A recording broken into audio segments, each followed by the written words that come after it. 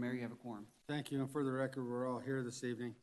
First item on the agenda is a request for an executive session. I'm open for a motion and second to enter into that executive session. Mr. Teeter? I'd like to make a motion to go in executive session pursuant to CRS 24-6-402, parentheses 4, parentheses A and E, to discuss and determine the negotiating position regarding potential purchase of property. Councilwoman Frank? Second that motion. I have a motion and a second. All those in favor signify by saying aye. Aye. Opposed, say nay. Nay. Motion is carried. Let the record reflect 8 in favor, 1 nay vote. All righty, we're in executive session. We will be back as quickly as possible.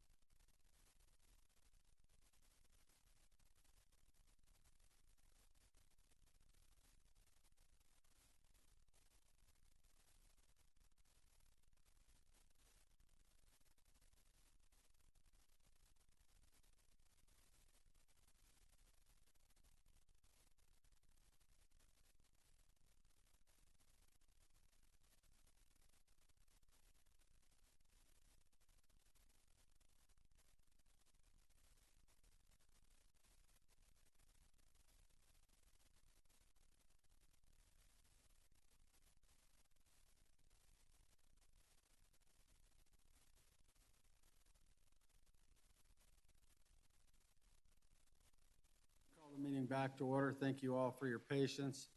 We're a little bit ahead of schedule, but we're going to move forward. If everyone will please rise for a moment of silence, and please keep in your thoughts and prayers the family of a former police officer of Commerce City who passed away, Audie Vigil, and that'll be followed by the Pledge of Allegiance.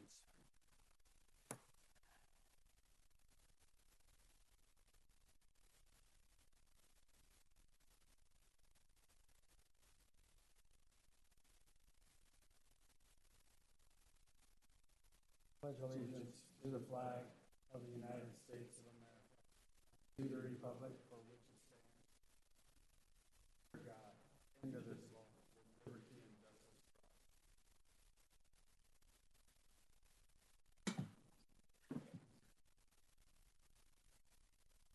for all. All right, the first item we have on our agenda is the several proclamations here. The way I want to work this is we have 3 different proclamations. As we go through these proclamations, I'd like to ask the folks that are being recognized in these proclamations or the organizations to just stay up here until all 3 proclamations are done. We'll bring the council down for opportunities for pictures after all 3 proclamations are finished, rather than back and forth and up and down. So we'll do it that way this evening. So first, I want to invite the Economic Development staff forward.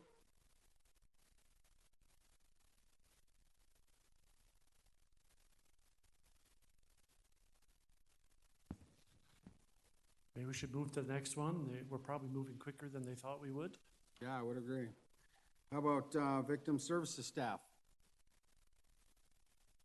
Do you have any others coming that are supposed to be here that because of the time we're ahead of schedule? Okay, perfect. Other than the chiefs who in the back of the room. Yeah, he's back there. We'll get him up here. I know, right? We do have a proclamation this evening on the domestic violence awareness. Would the city attorney please read that proclamation? Whereas domestic violence is a serious crime that affects people of all races, ages, gender, and income levels. And whereas domestic violence is widespread, an average of 20 Americans experience physical violence every minute, equating to more than 10 million abuse victims annually. And whereas 1 in 3 Americans have witnessed an incident of domestic violence. And whereas despite tremendous progress, an average of 3 women in America die as a result of domestic violence each day, 1 in 4 women and 1 in 9 men will experience domestic violence in their lifetime. And whereas children that grow up in violent homes are believed to be abused and neglected at a higher rate than the national average. And whereas domestic violence costs the nation billions of dollars annually in medical expenses, police and court costs, shelters, foster care, sick leave, absenteeism, and non-productivity. And whereas Domestic Violence Awareness Month provides an excellent opportunity for citizens to learn more about preventing domestic violence and to show support for the numerous organizations and individuals who provide critical advocacy, services, and assistance to victims. Now, therefore, it is hereby proclaimed by the City Council of Commerce City, Colorado, the month of October 2019 as Domestic Violence Awareness Month, and urges the citizens of Commerce City to work together to eliminate domestic violence from our community. Thank you. The proclamation has been read. Is there a motion? Mr. Teeter. I move to recognize or approve proclamation 19-16, proclamation recognizing October 2019 as Domestic Violence Awareness Month in Commerce City. Mr. Guardiola. I'll second that. A motion is second to approve the red proclamation. All those in favor signify by saying aye. Aye. Opposed, saying nay. Motion is carried. Now, I want to turn it over to our folks that have helped to create and reduce the amount of domestic violence in our own community. And I thank you for the efforts that you strive for every day to make it a better place to live. So, Ms. Messina, would you want to go right ahead? Yes, thank you, Mayor and Council. I appreciate you recognizing October as Domestic Violence Awareness Month. Domestic Violence Awareness Month actually evolved from what's called a Day of Unity. It occurred first in October of 1981, and was conceived by the National Coalition Against Domestic Violence. The intent was really to connect advocates and together who were fighting domestic violence and violence against women and children. The Day of Unity soon became an entire week devoted to activities to bring attention to Domestic Violence Awareness Month, as well as mourn those who have died because of domestic violence, celebrate those who have survived domestic violence, and connect those who work to end the violence. These three themes remain the same year to date for the Domestic Violence Awareness Month. In October of 1987, the first Domestic Violence Awareness Month was observed, and the initiative was first, that year was when we first had the first national hotline. In 1989, the U.S. Congress passed a public law designating October of that year the first ever, and each year we've passed legislation to continue the Domestic Violence Awareness Month. This year, in honor of Domestic Violence Month, the City of Commerce City is collecting used 911 cell phones, and we've partnered with an agency called Secure Call. That way, any citizen or employee or anything that has a cell phone to donate, we refurbish them and give them to victims in case they don't have a phone to call 911. So we appreciate all the efforts of council, all the support we get from the police department, and we appreciate you recognizing Domestic Violence Awareness Month. Thank you, and thank you for everything you're doing. Chief, do you have anything you'd like to add? All righty.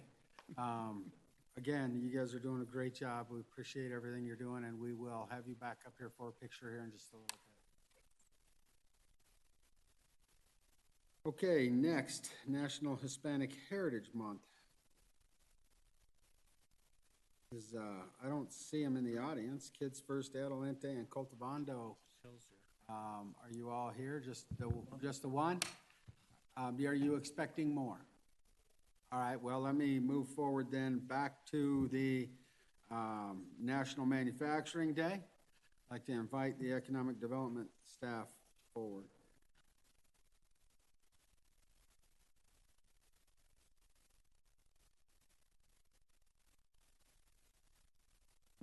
Mayor Pro Tem, council members, thank you. October 4th, 2019 was National Manufacturing Day, a day to highlight modern manufacturers and inspire the next generation through programs and activities. Manufacturing Day celebrates companies that contribute so much to our economy and the lives of the workers employed by them. The goal of this event is to empower these companies to address common challenges and in order to enhance the companies and in turn the communities in which they operate. The event enables manufacturers to shape the public image of manufacturing and ensure the ongoing success of the industry as a whole. Nationally, manufacturing companies account for 8.5% of the workforce through the employment of over 12.82 million workers. Within Colorado, manufacturing employs over 112,000 Colorado residents in 6,300 companies across the state. These companies contribute $22.58 billion to the state's economy, with $7.2 billion in manufactured goods exported out of Colorado last year. In honor of Manufacturing Day, we have one guest here tonight, Jessica Cowden, Marketing and Communications Manager with Manufacturers Edge. Manufacturers Edge is a manufacturing assistance center with locations across the state. It aims to increase competitiveness and profitability of Colorado manufacturers through results-driven methodologies, best practices, and innovative technologies. Hundreds of Colorado manufacturers have benefited from its program since its creation in 1994, including Commerce City's own Stryker by Design. Unfortunately, the Stryker's company's owners were unable to attend tonight with a last-minute conflict. Stryker does specialize in soft sewn products, backpacks, fashion bags, and much more at their facility located on East Monaco Street. Their more recent endeavor, American Dog, makes pet products and has committed to make 11,000 dog toys per month for Bully Make, an online dog toy and treat subscription service. Finally, Stryker by Design is a company that has benefited from consulting services offered by Manufacturers Edge. Staff worked with the company and advised the owners on streamlining their training processes and procedures. Tonight, we spotlight Stryker by Design as a Commerce City success story, as an example of the manufacturers that create jobs and contribute to communities like ours, and Manufacturers Edge as an invaluable resource to help these companies reach their greatest potential. Thank you.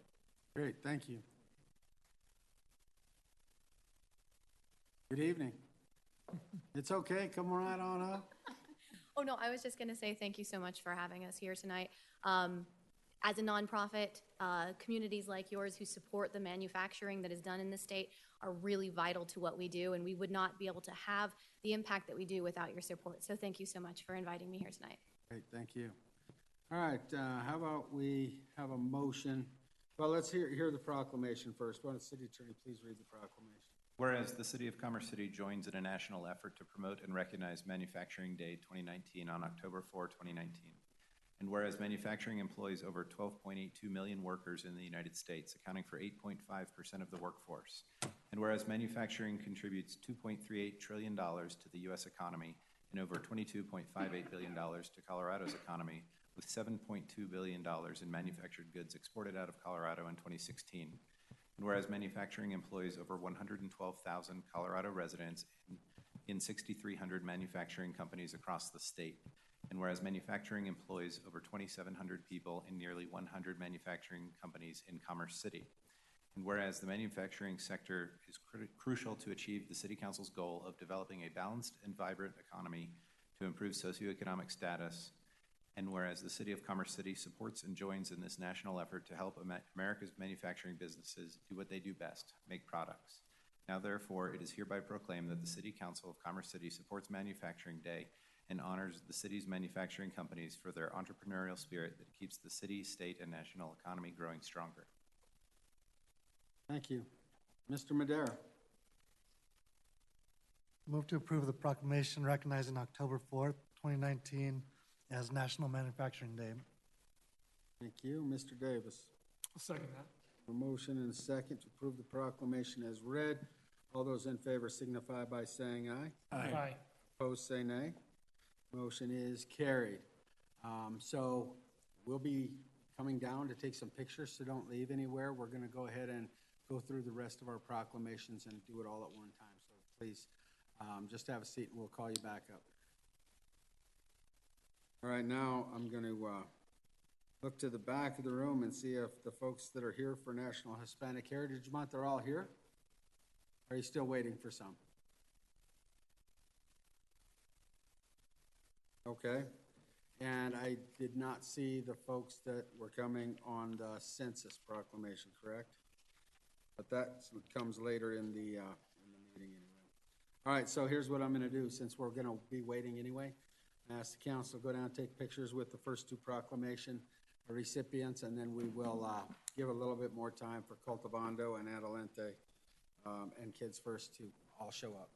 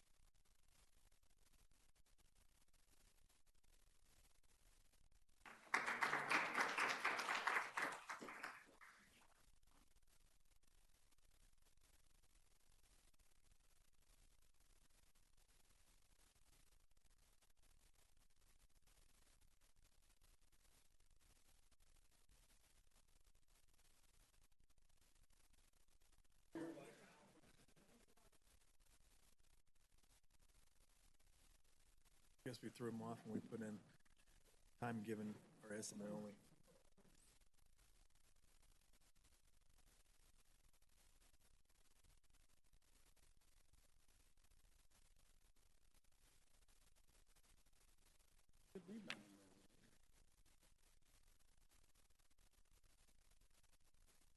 All right. National Hispanic Awareness Month, Heritage Month, National Hispanic Heritage Month. I'd like to invite up Kids First, Adelante, Cultivando, and everyone who's here to represent National Hispanic Heritage Month to the podium, please.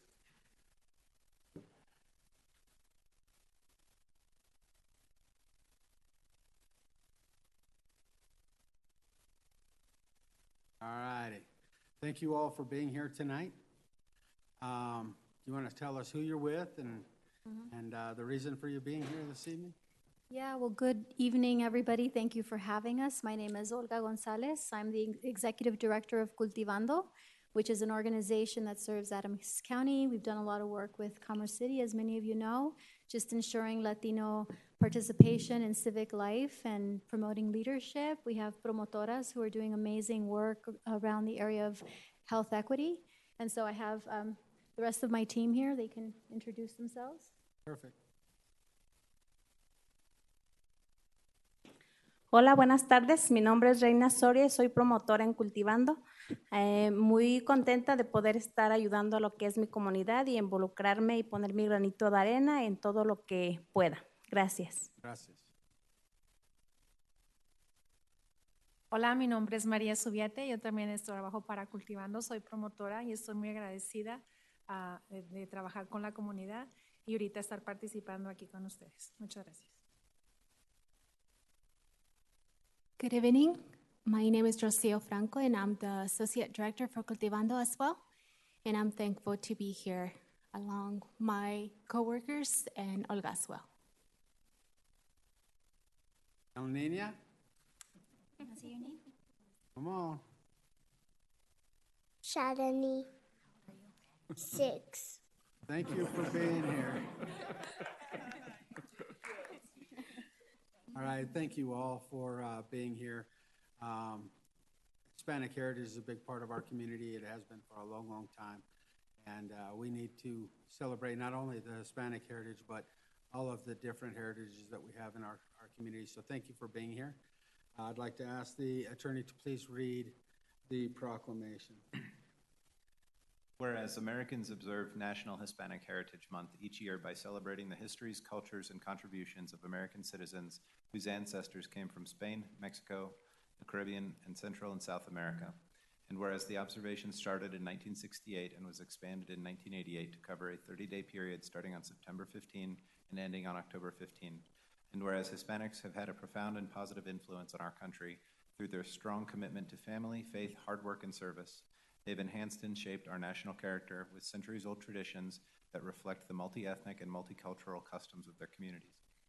And whereas these positive contributions are evident within the Commerce City community, where thriving businesses, cultural arts, and neighborhoods exist, creating a meaningful social fabric of which all residents can engage and learn. Now, therefore, it is hereby proclaimed that the City Council of Commerce City declares September 15 to October 15, 2019 as National Hispanic Heritage Month, recognizing the importance of the Hispanic community within Commerce City. Thank you. Mr. Hurst. Motion to approve the proclamation recognizing National Hispanic Heritage Month. Thank you. Mr. Guardiola. Second the motion. A motion is second to approve the proclamation as read. All those in favor signify by saying aye. Aye. Opposed, say nay. Motion is carried. Now, if council will join me down front, please take a few photos.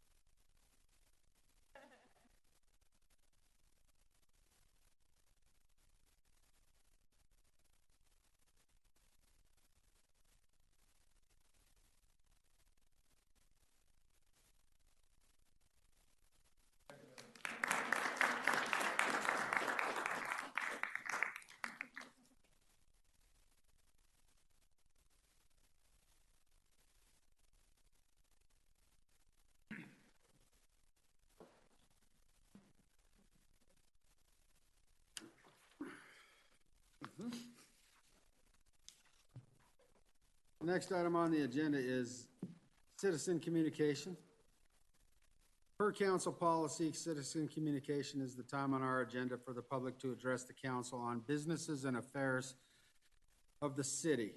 If you're here to speak on an ordinance or resolution that is not on the consent agenda, please wait until that item is called. The city council is not able to hear comments at this time on land use matters that are before or may come before the city council. Please reserve such comments for the appropriate public hearing. Council must wait until administrative council business to take action in response to citizen communication. You'll be asked to give your name and address for the record and to keep your comments limited to 3 minutes. And thank you. So tonight we started the meeting a little sooner, I guess. We had the right to do it, but we trying to save a little time. I know some residents have shown up that may have wanted to sign up for citizen communication. I will make sure I give an opportunity for residents that have shown up after this list was brought up to me to be able to come up and communicate with council. So we're going to start with the two that are on the list. Mark Campbell may have stepped out. Mr. Campbell was actually here for a second reading of his two zoning cases, but he'll be back when they're on the agenda in 2 weeks. All right, thank you.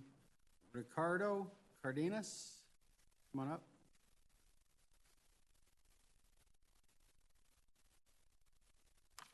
Hello, Council. Hello. My name is Ricardo Cardenas. I live at 6980 Garden Court here in Commerce City. And I'm also the manager of Anythink Commerce City, the Anythink Library here in Commerce City. Tonight I'm speaking as a citizen and community member. My family and I live just a few blocks away from the library here in Commerce City. Our library in Commerce City is a beloved asset for our community for several reasons. And I just wanted to quickly share a couple of very short stories, if I can keep it short, that demonstrate the quality establishment that our library is for our community. The first story is a gentleman who moved here from Poland many years ago, but he's been coming to our library for the last several weeks for about 2 hours at a time to work with one of our adult librarians. He, being an older gentleman, does not understand technology super well, but he's been sitting with our librarian for almost 2 hours every day that we've been open for the last 2 weeks, learning how to use his computer, his cell phone, in order to better communicate with his family in different parts of the country and different parts of the world. The other story I have is about a gentleman who is an immigrant from Guatemala who has also lived here for many years and also who retired several years ago. But more recently, his wife actually passed away. And as a result of this, he realized he does not enjoy spending time at home by himself anymore. And so he came into the library several weeks ago, and he spent a lot of time with me and other library staff filling out applications online. And fortunately, within the last several weeks, he's actually found a job at a local company, and he's been working both locally and in different parts of Denver in this new job. And he and I have actually built a personal relationship that has gone beyond the library, which I've really appreciated and has been a blessing. And then the last person that I want to tell a story about is a gentleman who is not from a different part of the world. He actually was born and raised here in Commerce City. He's about my age, and he graduated from the old Adams City High School before the new one was built.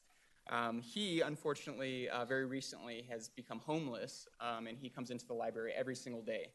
And he's come in every single day, and fortunately, recently we got to celebrate with him the fact that by applying for a job on one of our public computers that he got to use for free, he was able to find a job locally that he's able to walk to every day, and he has hopes of saving up money so that in the future he can move into his own place soon. These are just 3 stories from several different places or several different situations just in the last couple of weeks. I could tell you probably hundreds more from the several years that I've worked for Anythink Library. But I just wanted to share that you may know that Anythink is funded through a dedicated mill levy, which has remained the same 3.6 mills since 2006. The Board of Trustees of Rangeview Library District made the decision to be on the 2019 November ballot to ask for additional 2.2 mills. The library... Go ahead and give your plug. The library almost won last year, losing by just 1,200 votes. Our community respects and supports the library. Last year, we had 1.2 million visits, checking out over 2.4 million materials, and over 80,000 people attended programs at our local library. The library is going to the community to ask for additional funding because our collection is smaller and our staff is leaner than all other library districts in the Front Range. We have about 1 librarian per 10,000 children in Adams County. At current funding levels, Anythink is not able to provide adequate children's programming to support the need of our community, and our 4 smaller branches are closed on Monday, and only 1 branch is open on Sunday. By supporting 6A ballot initiative, the Commerce City community will be able to add additional hours, programs, and space to the Commerce City Library, and the library district will be able to build and operate a new library in Reunion. I'm an advocate for ballot initiative 6A because personally, I have seen the good that this space has been for our community, and I have also seen the great need that we still have to meet for our community.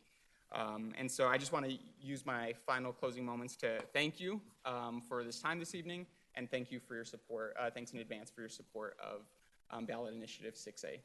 Thank you for coming in tonight. All right. Is there anyone in the audience who showed up for citizen communication that did not get the opportunity to sign up on the list?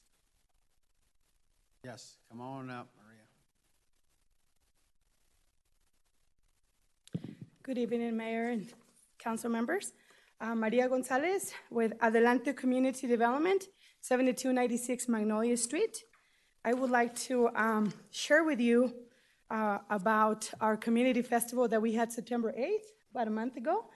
And I want to thank you, first of all, for the partnership of creating the new community festival for our city.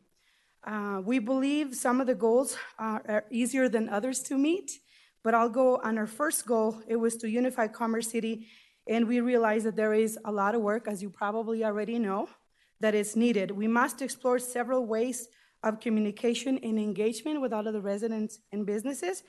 But most important, we believe that we must demonstrate love and care with our neighbors and businesses so that we continue with that mission of unity in our community. Our second goal was to celebrate our diversity. We believe we accomplished a lot in this celebration, but not where near we should be looking at in the future of creating these community festivals.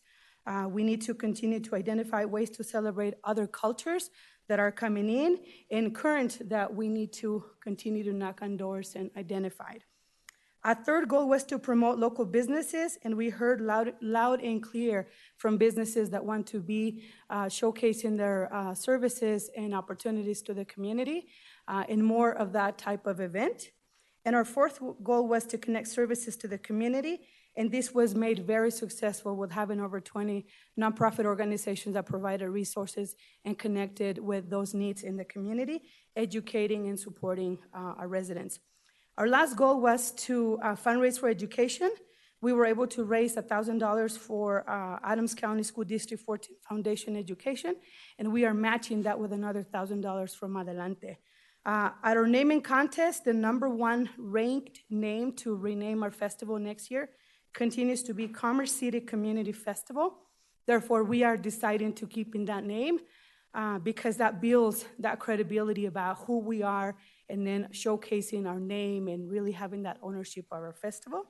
And so on behalf of Adelante Community Development and our board of directors and the community organizing, we want to thank you for your partnership, and we want to make sure that you know that this is ongoing. We promised that we were going to do it every year so that we can create that festival legacy, and like other cities have something where people could come into the community and celebrate.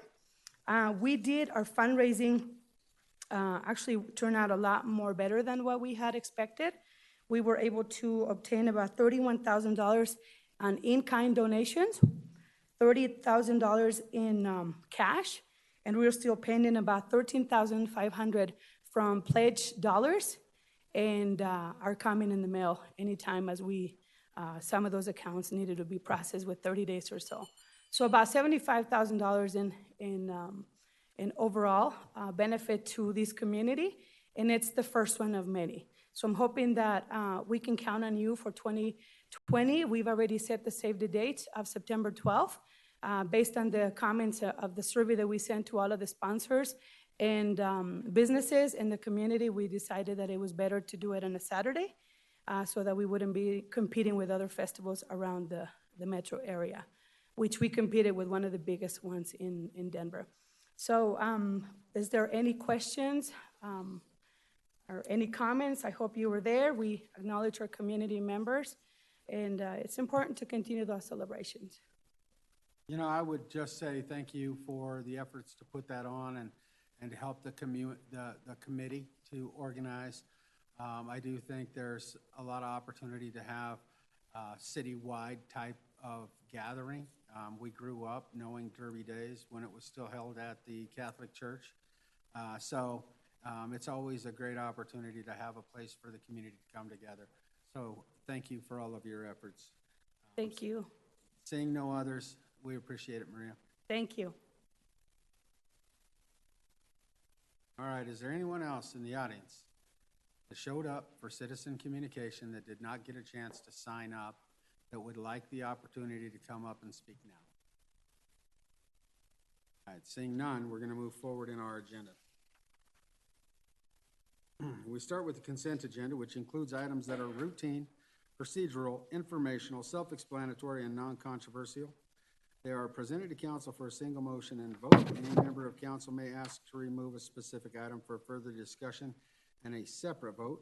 Tonight, there are 3 items listed under the consent agenda. Is there any council member that wishes to remove an item from the consent agenda? Mr. Huseman. Thank you, Mayor. I'd like to remove Resolution 2019-109.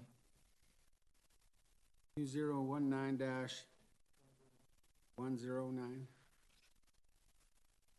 Okay. Anyone else? Mr. Douglas? I know, I was going to second. All right. We don't need a second. Any council member has the right to pull any item off of the consent agenda on their own accord. So with that said, we will take Resolution 2019-109 off of the consent agenda. That leaves us with only 2 items left on the consent agenda. I'd like to ask the city attorney to please read those 2 items.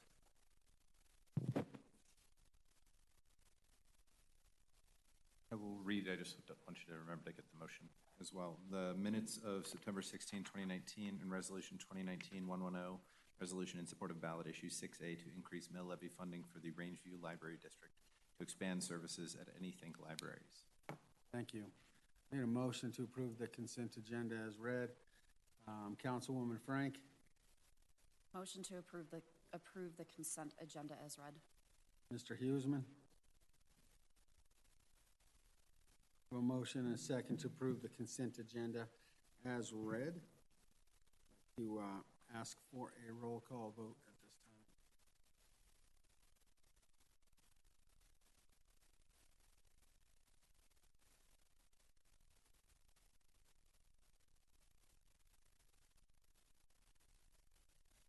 For the record, the consent agenda has been approved unanimously by the council this evening.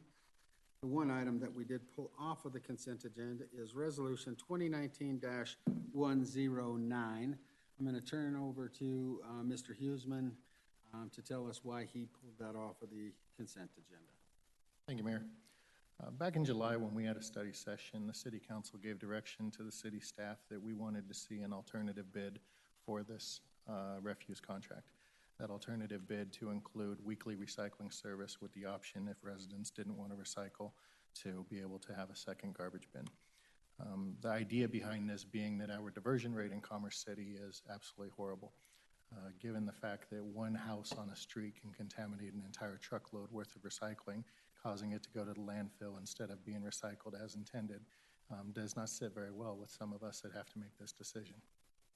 This bid that you've put in front of us and slid into the consent agenda for approval does not take into account the fact that we asked for that bid, the fact that we want to know what the cost would be for that additional weekly service. Therefore, at this time, I cannot vote in favor of this contract.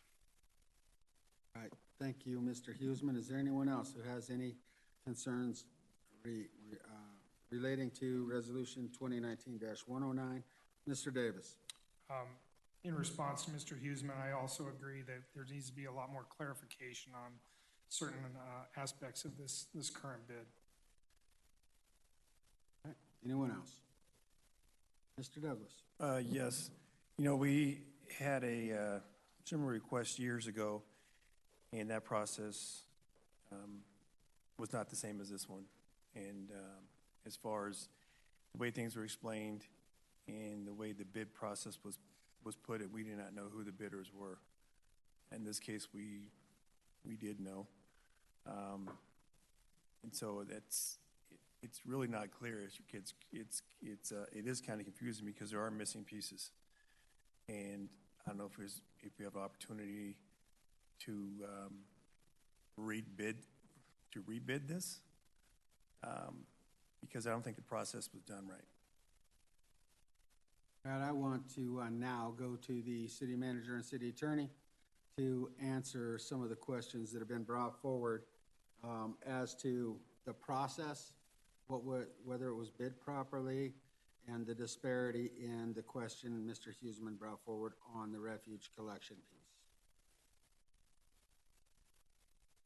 I do have staff here who were intimately involved in the bidding process. I'll ask them to come forward and help me answer those questions.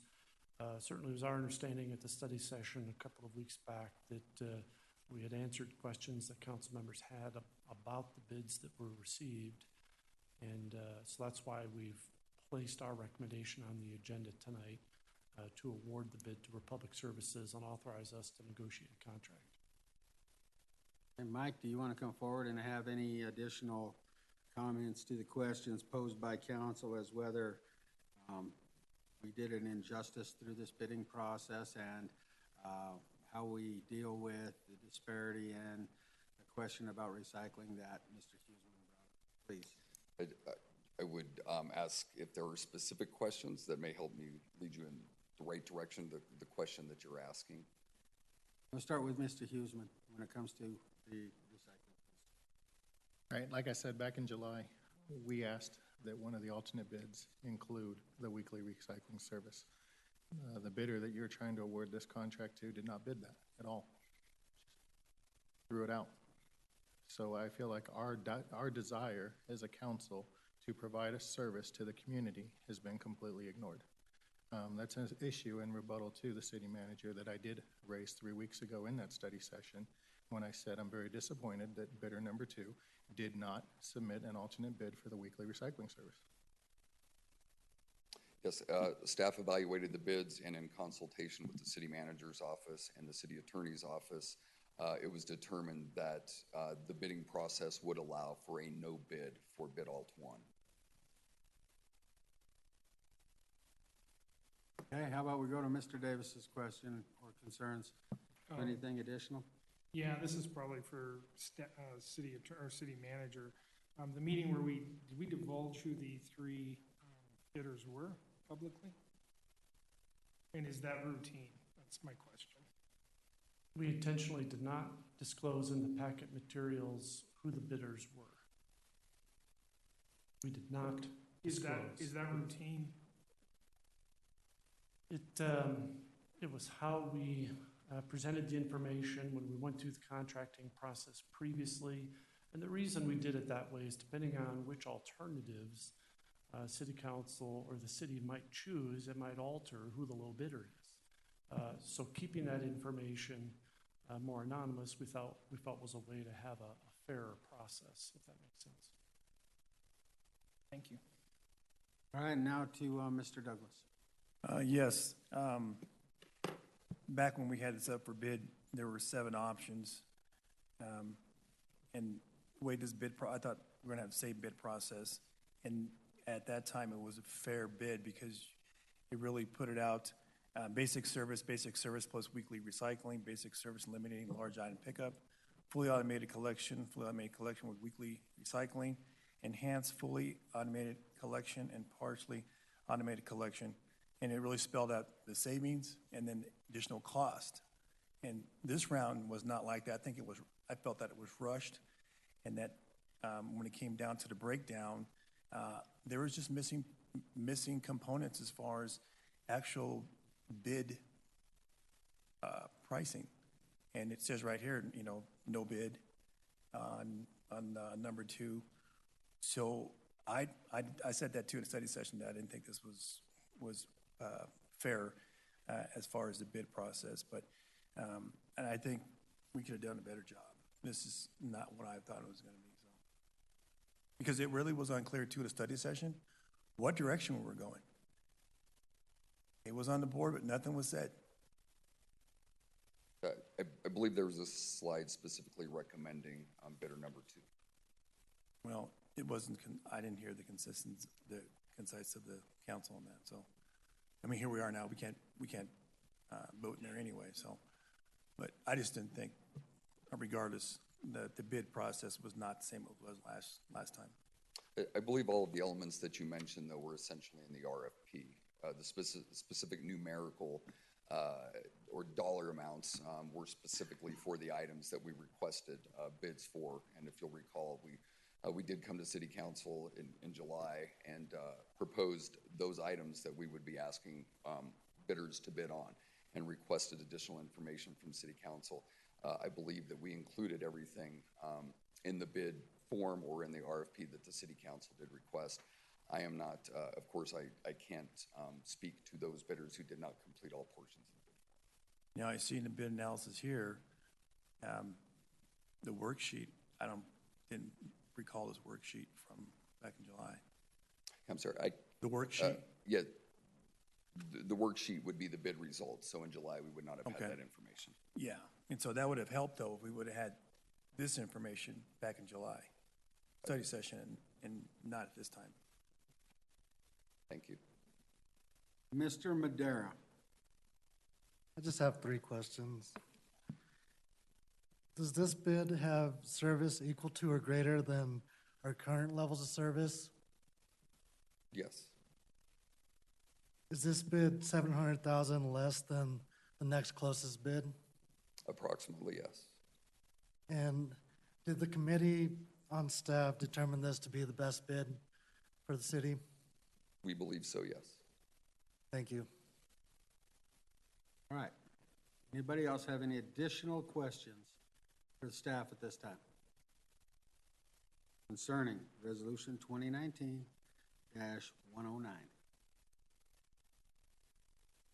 First. So specifically when it comes to recycling, and let's not talk about the weekly recycling and just the recycling situation that we are currently in with the changing environment, with the market. I read in the bids, in bid 2, that there is a per unit contamination fee, and there's no minimum or maximum on that. So that's one item that concerns me. Is I know we have the opportunity to negotiate contract as we move forward, but without a maximum on that, I really don't know if there's a bid maximum that's there. I don't know that that's specifically a contamination fee, but what it is it's a request by bidder number 2 to set a specific dollar amount that would be charged for every $5 in excess of the current $50 per ton that it currently costs them to process recyclables. They've requested that there would be a 7-cent per unit for every $5 incremental increase in that cost, or a 7-cent decrease in any decrease of that cost. Not likely that may happen. That would be one of the items that we would negotiate during contract negotiations, and staff has recommended, and there's been discussion with the city attorney about placing a limit on that. Okay, and just to follow up to that, with the changing environment of the contamination rates, so it's 0.5 now, where it was up to potentially 20% in the past. Who's going to bear the burden of the citizen education on that? Did we decide that in this contract? It would be a joint effort between the city and the successful bidder. It's our hope and our anticipation the ability to essentially opt out of recycling by choosing a second garbage container. will help and go towards ameliorating that situation currently. But again, until we have some practice at that, it's really difficult to tell. But ongoing education for consumers and our recyclers is something that will continue to occur and must occur. And I think it's a difficult thing to educate on. All right, one more time. Any additional questions for staff? From the council, none? Thank you, Mike. All right, I'm up for a motion concerning R2019-109.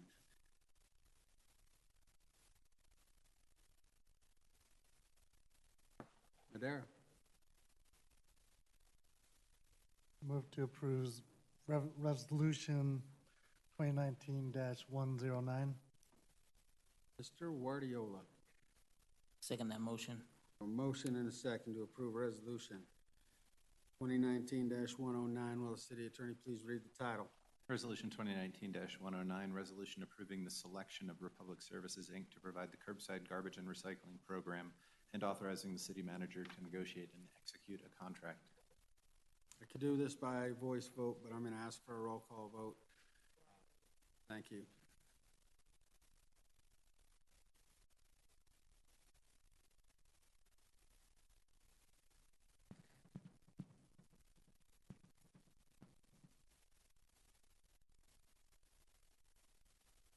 So the motion fails. 5 no to 4 yes.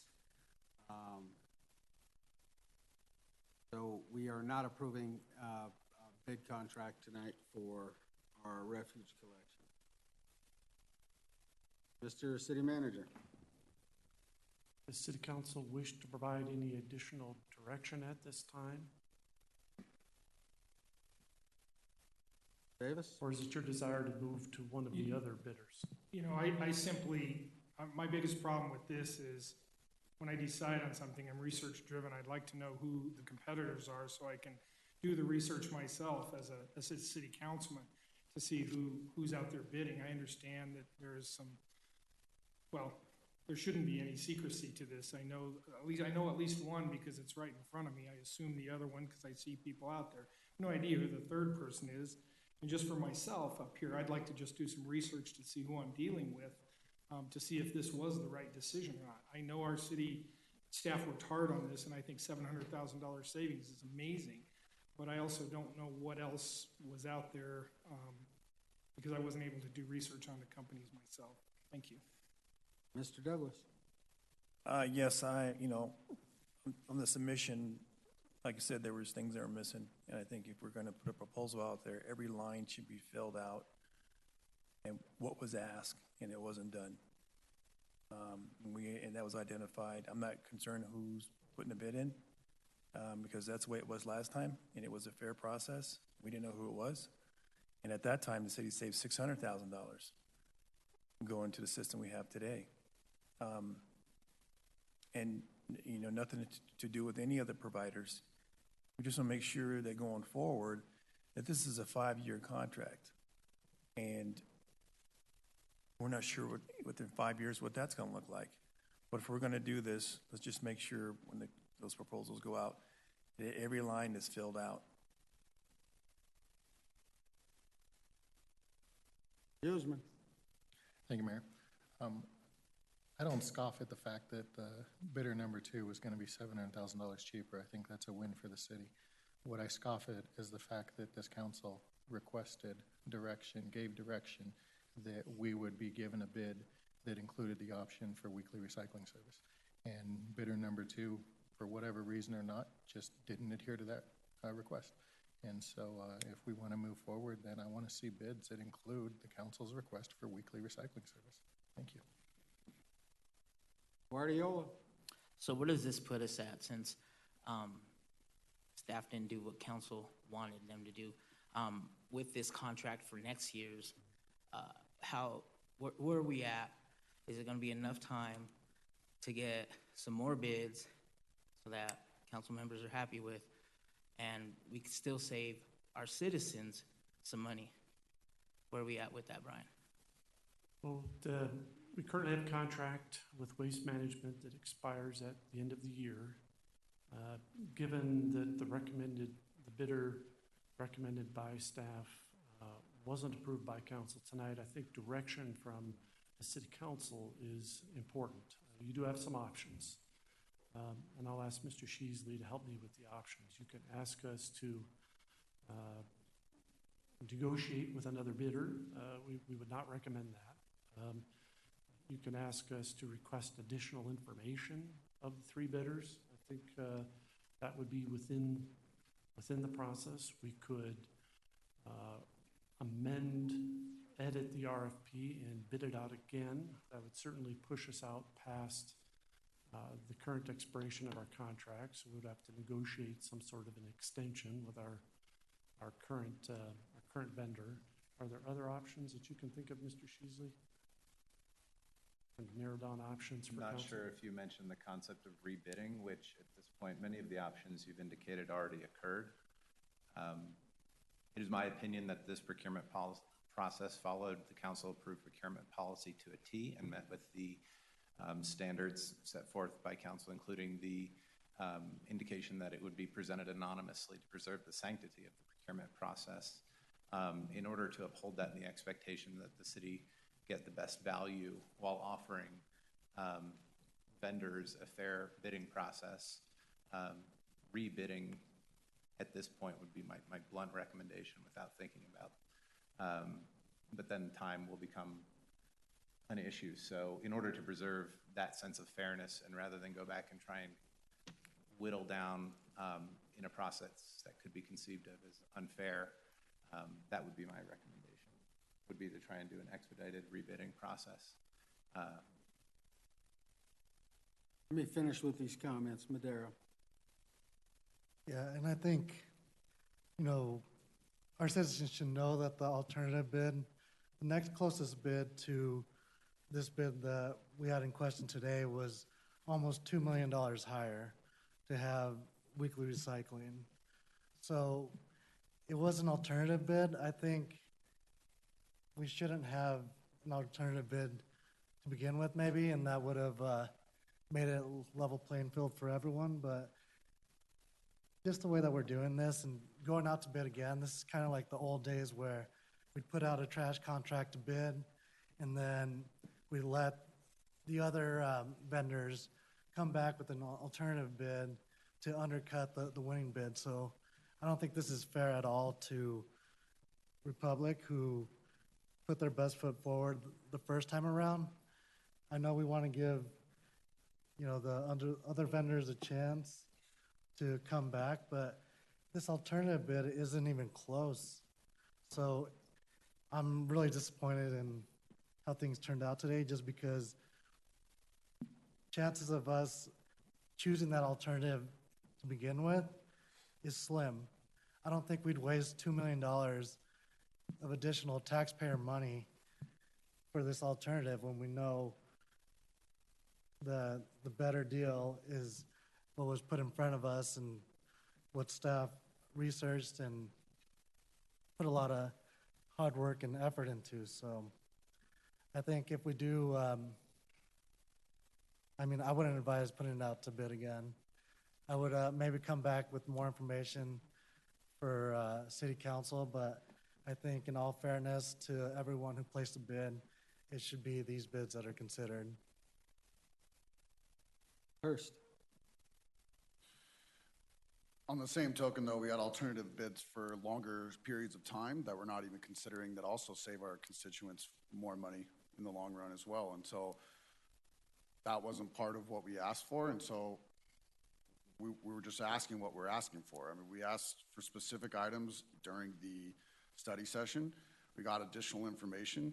And quite honestly, I feel kind of crappy not taking the 7-year bid, because we could save potentially almost $300,000 by taking the 7-year bid as well.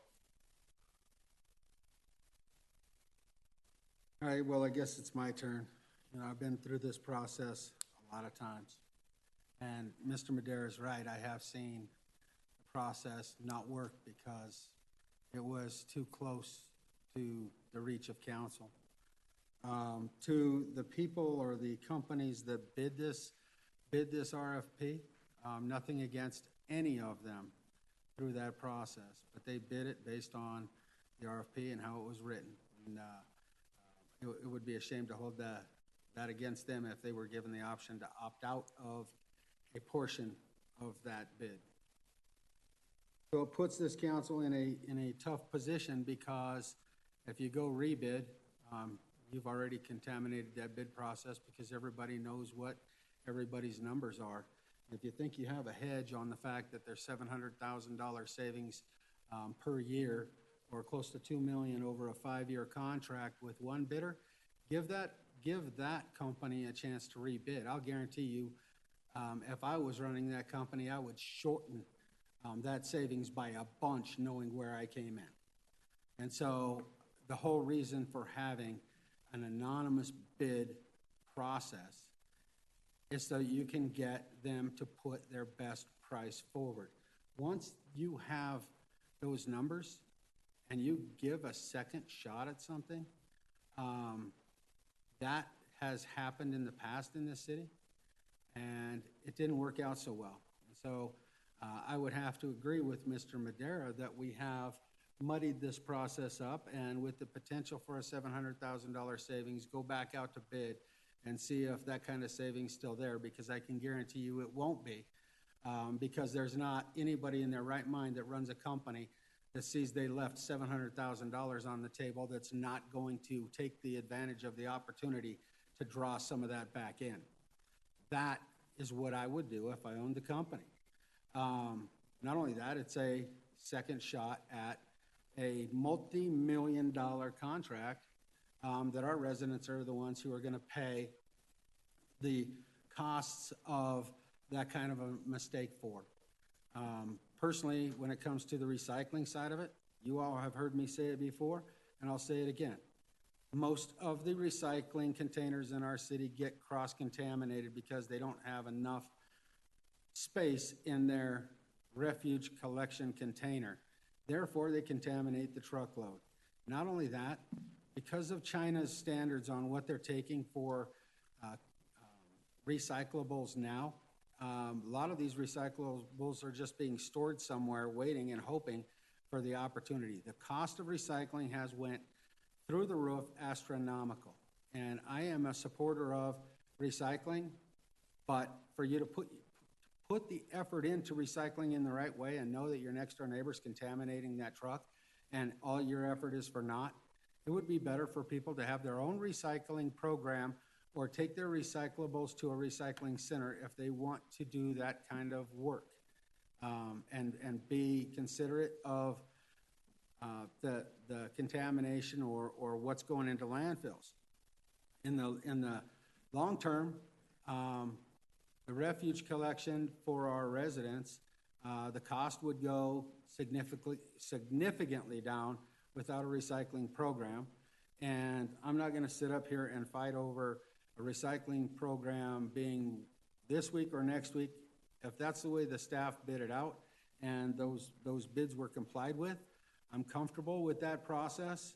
But for $700,000 to rebid this and it be on the backs of the taxpaying residents of this community, I hope that through our attorney and our staff, we can figure a better way, because I believe that rebidding, you have contaminated the process, and by not addressing the council members' issues, we're at an impasse. So I'm putting it back on staff to come up with a creative way to fix the conundrum that we have been placed in this evening. I have some more people that have lit their light ups. Do you want to wait, and I'll let you address the council after everybody's made their final comments? Madera. Yeah, I think, in all fairness for this, I think we should direct staff to negotiate the actual contract with Republic, and then bring back more specific terms for us to review, including an option for weekly recycling. Thank you. Mr. Guardiola? I'm good. All right, well, to your comment, Mr. Madera, being that there are 4 of us that were on the non-winning side of that last vote, the four of us are unable to make a motion to reconsider that award of that bid, and the staff cannot negotiate that contract until that bid's been awarded. So I don't disagree with what you're saying, but for the four people that voted yes to approve the bid, those four are unable to make a motion to bring this back up for reconsideration. It has to be somebody who was on the winning side of the vote. Is that not correct? Mayor Ford, generally, yes, a motion to reconsider has to be made by the side of the prevailing party. Correct. To the extent, though, that council's discomfort was with the lack of a certain item being bid or with information being made available, I believe that council could direct staff, if that was a desire of the majority, to bring back additional terms. The procurement policy and the terms of this RFP do allow for negotiation of terms with a bidder as recommended by the selection committee. It would not confirm the award, however, until that were brought back for further council consideration. If that weren't the case and the desire of the majority was for something else to happen, I think more discrete direction would be needed at this point, whether that be to attempt to extend the existing contract or rebid it, which would be difficult in that time period, and include the issues you raised. Just add on to that, I would agree. I think what Mr. Madera was suggesting was a different action than what was on the agenda. So a reconsideration wouldn't be necessary. It would just be providing different direction to staff. Well, and the other problem is we do have a contract that's ending at the end of the year, and to make sure that we are providing the service that's expected by our residents, we need to act quickly to have a new contractor in place. Mr. Huseman. Thank you, Mayor. I'll make a motion to reconsider. Mr. Davis. I'll second it. A motion to reconsider item R 219-19. All those in favor signify by saying aye. Aye. Opposed, say nay. Nay. All right, so we have, looks like, and correct me if I'm wrong, 8 ayes, 1 nay. So now we can reconsider it. Is there a motion on R 219-109? Mr. Huseman? I actually wanted to address the option of you guys negotiating. Can you further explain that for me? So what this current resolution would do is authorize the selection on the basic parameters on the basis of the bid submitted by Republic Services, and then authorizing the city manager to negotiate the final terms of that contract, not accepting their proposal verbatim. The city council could still approve this, but could also modify it to take out the authorization to execute the contract and ask that it come back in its final term. Or city council could postpone this resolution and simply give direction to staff to go negotiate further with this vendor or another vendor to accomplish terms that you would prefer to see. We could do that, identify those terms in executive session, or you could give us direction to go back and negotiate on the basis of some of these items that you've identified tonight, whether it be this contingency amount, Mr. Hurst, or for this additional item for weekly recycling as an option, and then bring that back to City Council for approval.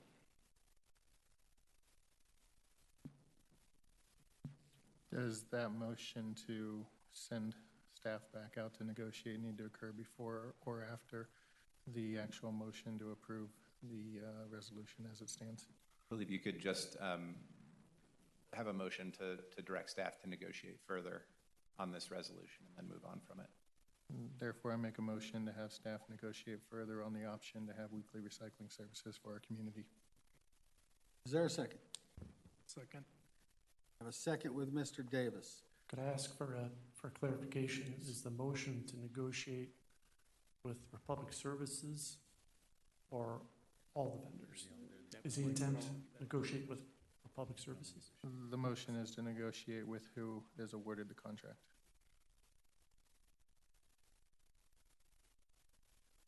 All right, so nobody's been awarded a contract. The city can only negotiate with one vendor at a time. Right, and so I want some clarification here.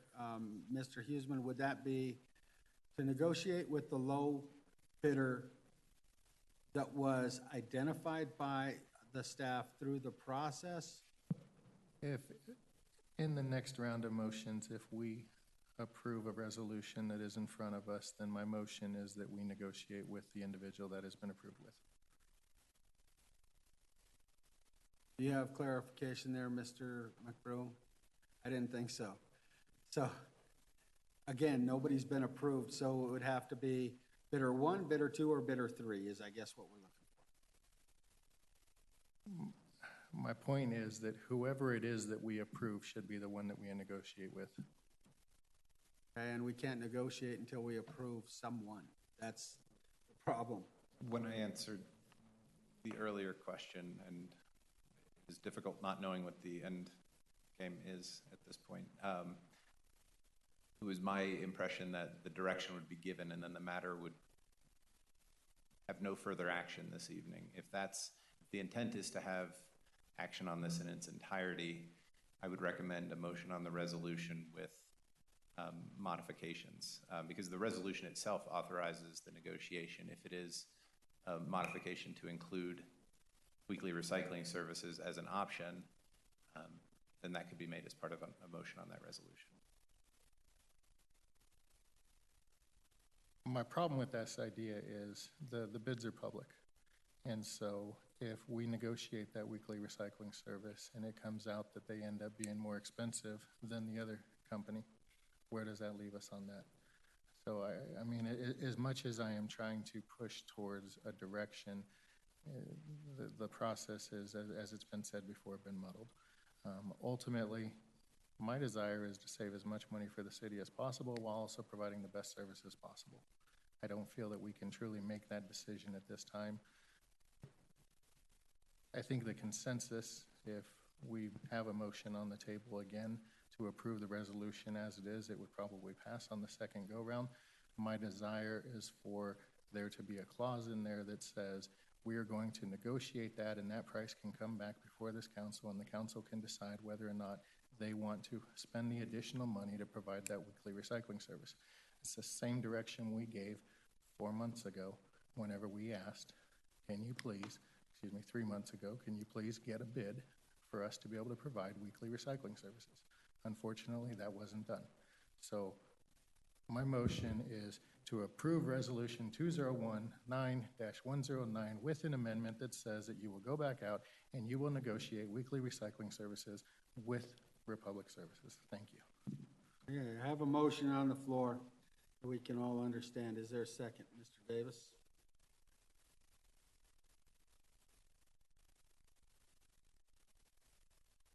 Davis is a second. I'll ask for a roll call vote on R2019-109 as amended.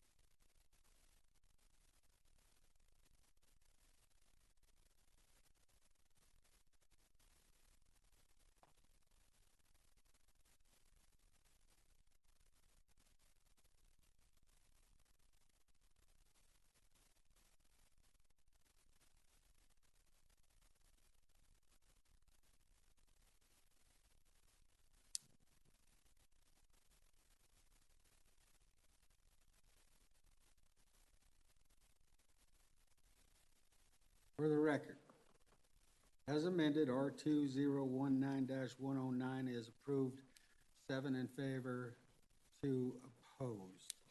Motion is carried. Now we'll move on to the rest of our agenda.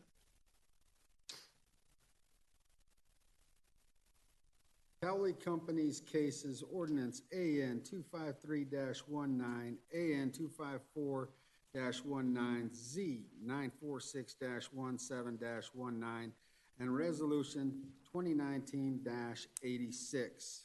City Manager, please provide us an update on these cases that are before us. Thank you, Mr. Mayor. As the agenda indicates, we have a request from the applicant to continue these actions to future dates. There are two reasons. One, we've not yet finalized an annexation agreement, although we're getting very close. Secondly, key members of the development team could not be here this evening, so they've asked for two separate continuations. They've asked, and this can be done with one motion, to continue the annexation and zoning cases to October 21st and to continue the Metro District cases to November 4th. That would be the applicant's request on their applications. And the November 4th on the Metro District date is based on their publication. That's the only reason it's different, was they provided a statutory publication that it would be heard on that night and not on the 21st. Thank you. What are the desires of council? Mr. Davis? Okay, well, you keep having your light on, so maybe pop that off and I'll quit calling on you. Mr. Madera? I'd like to move to continue the annexation, zoning, and Metro District cases to November 4th. Do you want me to read the numbers? No, I'll read them when I call the vote. If I could interrupt, their request was actually to continue the annexation and zoning cases to October 21st, continue the Metro District cases to November 4th. Perfect. Do you want to amend your motion? I'd like to amend it as the city manager stated. Thank you. Mr. Teeter? Second. I have a motion and a second to continue the cases as stated in the motion. All those in favor signify by saying aye. Aye. Opposed, say nay. Motion is carried. Brings us to Ordinance Z, which is a public hearing, by the way. Ordinance Z 960, rezoning 6370 Poplar Street from C3 to R1. Tonight's public hearing will be on zoning. Z 960 to rezone that Poplar Street address. I remind council to use the public hearing only to ask questions but not express opinions or indicate how you will vote. I'm going to go ahead and open the public hearing and invite the staff to make their presentation. Good evening, Mr. Mayor, members of council. My name is Brian Mary. I'm one of the city planners with Commerce City. Today I will be presenting case C960-19 for the location at 6370 Poplar Street. The applicant is Belen Leyva. She is in the audience, and her request is to a zone change from C3 to R1. Here's the property in question. It's very close to our civic center. As you guys can see, the property it's currently zoned C3. Our comprehensive plan actually calls for this property to be considered residential with medium density. As you can see, the neighborhood is completely developed as well. This is the applicant's property in question. A little bit of history about this case. This property was platted in 1951 and the existing home was built in 1955. The property was annexed in 1962 with a commercial zoning from Adams County. Since then, individual property owners along Poplar Street have rezoned their properties to R1 to match their residential uses. The request of the applicant appear from the applicant wanting to create an addition to the rear of the property. However, due to the non-conforming status, no expansion of residential uses can be permitted. However, the zone change will match the zoning with the existing use and bring the property into legal conforming status. This is the proposed development of the applicant. The applicant intends to create an addition to the rear of her property where she will have a 3-car garage on the bottom and a 2-story, she will create 2 bedrooms on the top of that garage. The existing home, as I said, is currently non-conforming in C3, which does not allow for expansion or enlargement. And if the existing home were to be destroyed, it will not be allowed to be rebuilt as a resident. The applicant intends to invest in improvements for the home, but the non-conforming status limits the types of upgrades available for the property. and therefore a building expansion is not possible at this time. This property meets the lot size as well as setback requirements for R1, and it meets all approval criteria for the zone change. It is consistent with the comprehensive plan. It is compatible with the area and surrounding uses. It is adequately served by utilities and amenities. It serves and balances the uses in the surrounding area, and it provides it's in the public interest in changing the zoning to match the use. As part of our public notification system, we provided notification to 41 adjacent property owners. We provided a publication on the local newspaper, and one sign was posted on that property. As of October 7, staff has received no responses to the public notice. And our recommendation, based on September 3rd, 2019, Planning Commission voted 5-0 to forward this request to City Council for approval. This concludes my presentation, but I am available for questions, and the applicant is also present to speak on behalf of this request and answer any questions you may have. Thank you. Thank you. Does council have any questions for our staff at this time? Seeing none, is the applicant available? Come on up. Do you have anything additional you would like to share with this council?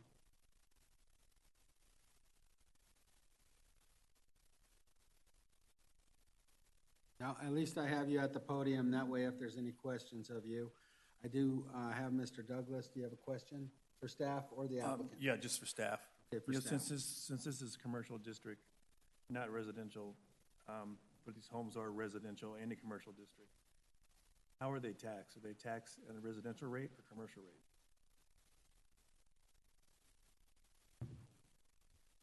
I believe property is typically taxed based upon how it's used as opposed to how it's zoned. We would have to confirm that with the Adams County assessor, but that's typically how assessments are determined based on land use as opposed to zoning. All right, thank you. All right. We have the applicant here before us. She does not have anything else to add above and beyond what staff has already told us. Does any of the council have any questions for the applicant at this time?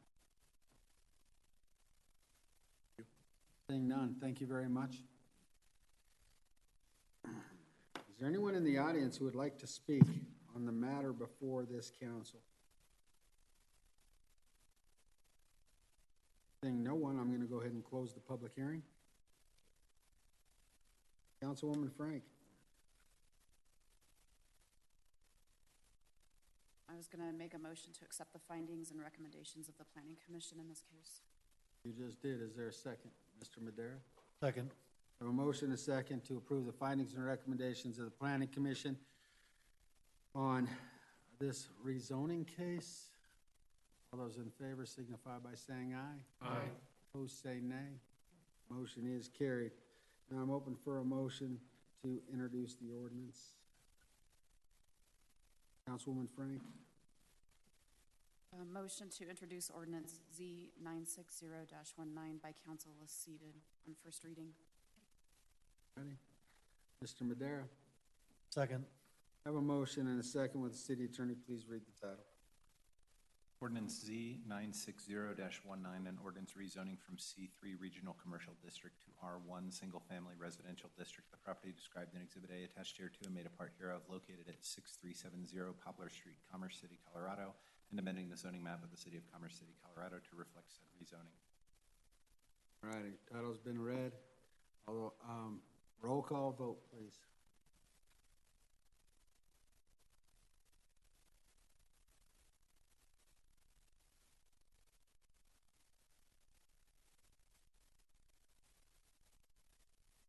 For the record, motion is carried.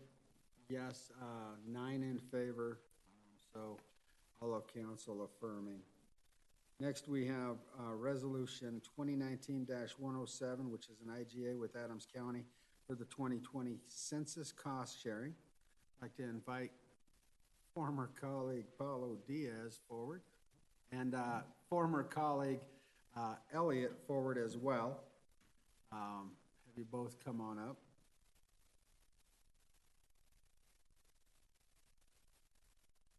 Does anyone on council have any questions regarding the cost-sharing agreement with Adams County?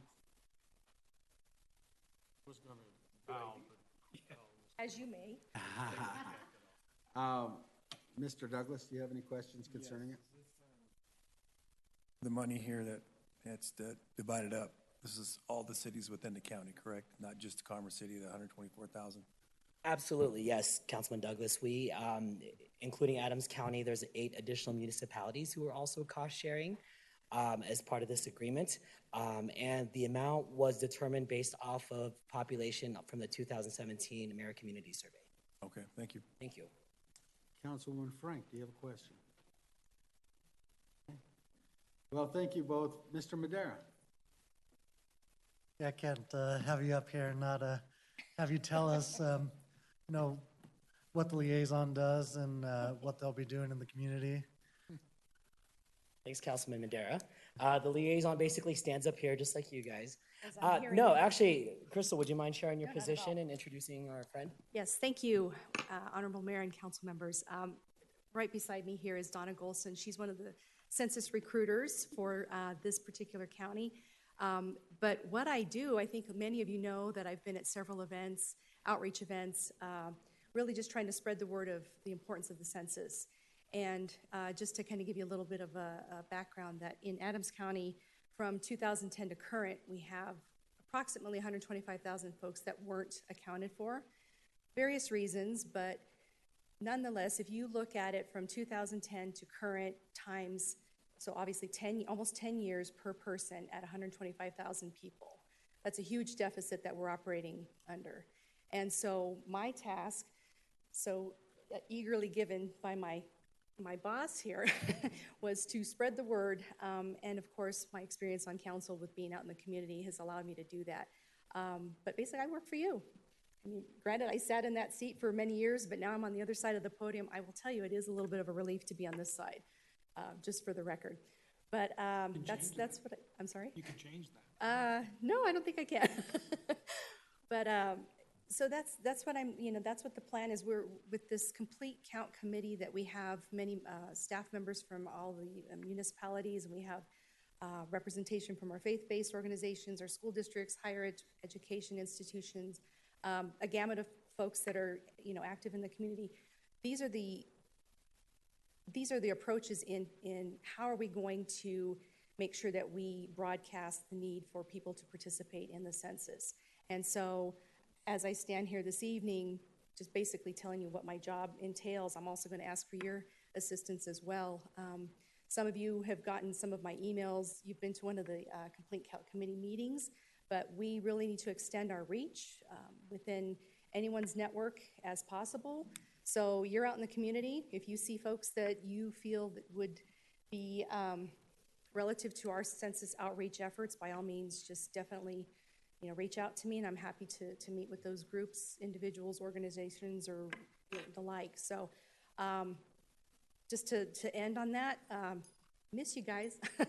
But anything that has any type of community event, you'll see me there because that exposure, maximum exposure for minimal effort. But that's what we need to do because this is definitely very important to us. Yeah, I'd just like to add to that. The most importantly, as we've talked to city managers and city council members, the biggest thing we wanted you guys to think about it as is that she's an extension of your staff. We recognize all your staff members are pretty much busy with other things, especially those in the planning department. I think City Manager McBroom can attest to that because I think he led the Commerce City one back in 2010. So what this does is it essentially replaces the need for you guys to hire or to utilize your staff to take away from other projects in order to focus the census. And we have a full-time staff member within the county who basically works with all the other cities to make sure that she is attending those events, she is attending those meetings, she's contacting the nonprofit organizations, she's working with the planning departments. Great, and your guest? Oh, Crystal. This is Donna Golston. Would you like to at least say hello? Yeah, come on up. Hello. Well, and my role is just, I am actually recruiting. We have thousands of jobs, and Adams County is one of the counties now. I just had a meeting earlier today that we are really struggling in and getting people some work. And of course, it's not gonna be for a long time, but it is part-time, but it is really, really good money. They've upped the ante since 2010, and so wherever I can go to get people to come aboard, that's what I do. Great, thank you for being here. All right, Mr. Teeter? Thank you for coming forward with this presentation tonight. We all know that the census is extremely important to Colorado. I hope with this National Heritage Month that we just approved also, we put a great effort into these people here that don't quite understand what this means to us. And I'm sure we got a lot of areas where we've got multiple families now in those homes, and we need to get the word out to them. We need to count them. We need to know about them. You know, we're not going to do anything to harm them. We just need their information to help us with our census and the population. Thank you, Mayor Pro Tem Teeter. If I could add, I think Crystal mentioned it, but I'd like to really emphasize it. If you consider the fact that 125,000+ people in Adams County are considered hard to count, plus count the fact that each person amounts to about $2,300 in funding from the federal government, I'm not good at math, but that's a big chunk of money that we want to make sure the services are here. Also, the state demographer projects, not surprising to you guys, that Adams County is one of the fastest growing counties in Colorado, and is projecting us to be at 850,000 people by the year 2050, which isn't that far from now. So you consider the fact that we're like 520,000 now, jumping an extra 320,000+ people by then, by 2050. We certainly want to make sure those people are accounted for, so we have those dollars for it. All righty, Mr. Douglas. Yes, out in the community, we have a lot of folks living in Commerce City who are undocumented, and they're concerned about their identity. How are you guys handling that? So we recognize that, and definitely with my previous experience, that people have to understand that you're working for them. You're not talking at them to asking them to do something that's not going to be beneficial to them.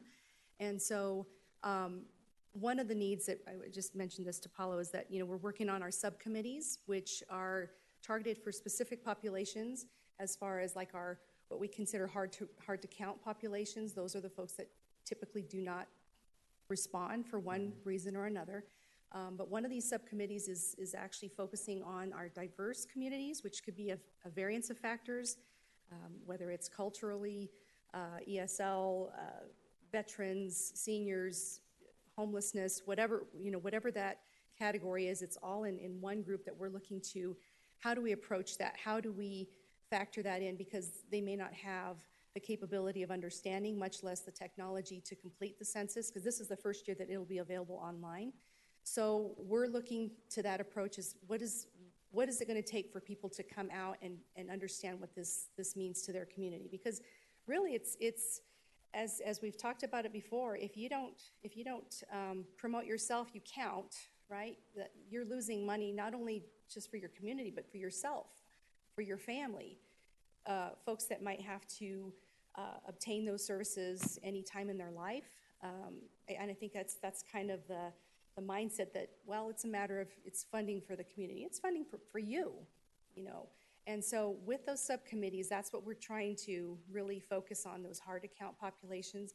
We have specific messaging. That's why I'm working so closely with our census partnership specialists. Some of them weren't able to be here this evening because we weren't sure what time for them to be on board with us this evening. But the messaging is out there, it's alive, but we have to make sure that we take every targeted approach that is community driven, and we want the mindset is to have people to come out so we can help them, not necessarily expect them to do it on their own. Okay, one last question. In order for this to actually count, what information do you have to have, so it's legit?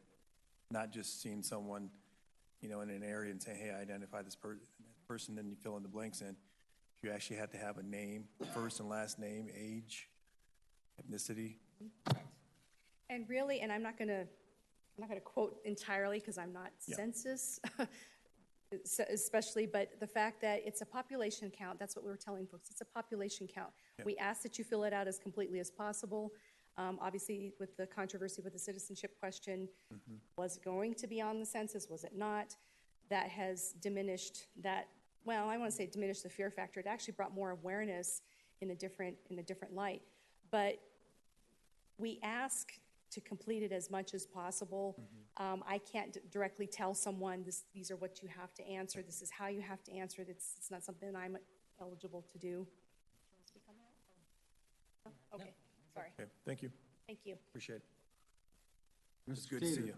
I'm ready to make a Thank motion, you, Mayor. me too. 1 second. Mr. Davis.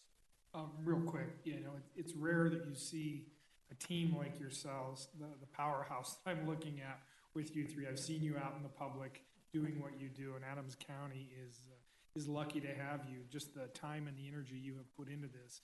I appreciate everything you've done because I know just in the public and social media, and you guys are everywhere. And that's what it takes, and we should be incumbent on ourselves to help you do that in government. So thank you for everything you've done. Thank you, Councilman Davis. If I can just add real quick, thank you for that. First of all, that's all Crystal and these guys. I don't go to those events. But what I do is I do serve on the Colorado State Complete Count campaign for the Department of Local Affairs. And what I can attest to in terms of getting your return on investment is all the other cities and all the other counties and all the other municipalities who are serving on the State Complete Count campaign do rave about the work that Adams County is doing, the fact that we would invest in a full-time census liaison for 3 years, as well as the fact that we are out there and we have this IGA that encompasses 8 municipalities. It might have taken us 5 or 6 months, but the fact that we were able to get 8 municipalities plus Adams County to all agree on one IGA is quite the accomplishment, and other municipalities and local governments are also in the state has noticed the work of Adams County. So thank you guys. Good team. Thank you. Thank you. All right, Mr. Teeter. Thank you, Mayor. I'd like to make a motion to approve the resolution authorizing the city manager to sign and implement the terms of the IGA.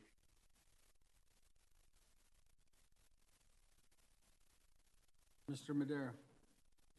Second. A motion and a second concerning Resolution 2019-107-IGA with Adams County for the 2020 census cost sharing. All of those in favor signify by saying aye. Aye. Opposed, say nay.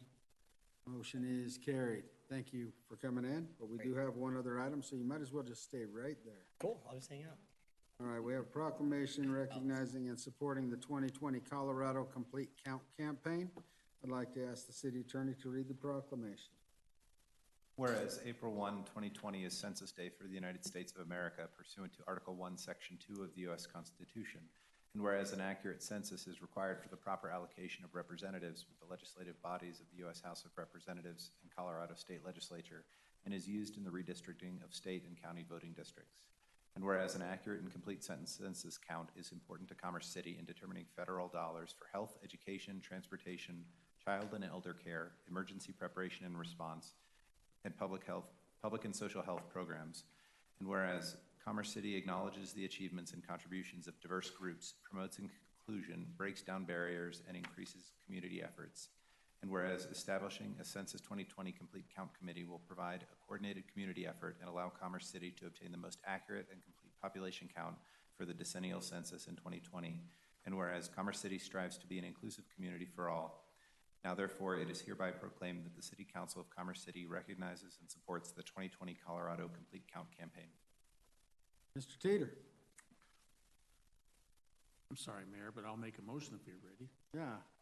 Okay, I'd like to do the proclamation for 19-11, proclamation recognizing and supporting the 2020 Colorado Complete Court campaign for the 2020 census. Thank you. There's a second. Mr. Madera? Second. All right, I have a motion and a second to approve the proclamation as read. All those in favor signify by saying aye. Aye. Opposed, say nay. Motion is carried. Now I ask the council, please come down front to hand off this proclamation and take a photo. Yes, sir? It's not on right now, so you're all right, Steve.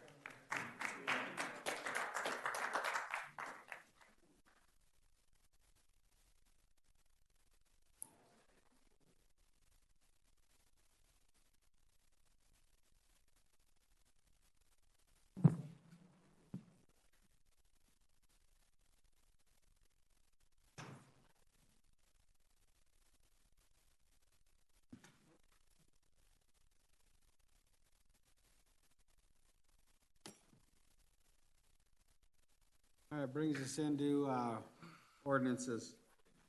We have ordinances 2216 through 2224, 2238, 2242, 2243, updating the Commerce City Code. Pat Buckley is already up there to make a presentation. Go ahead, Pat.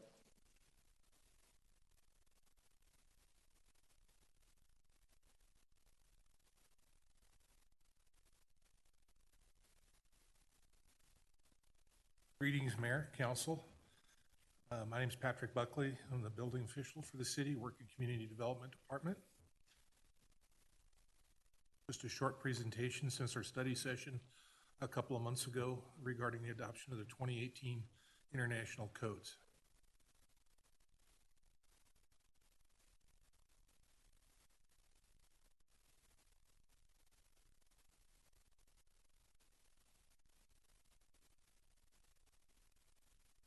So staff is before you tonight recommending adoption of the 2018 family of international codes.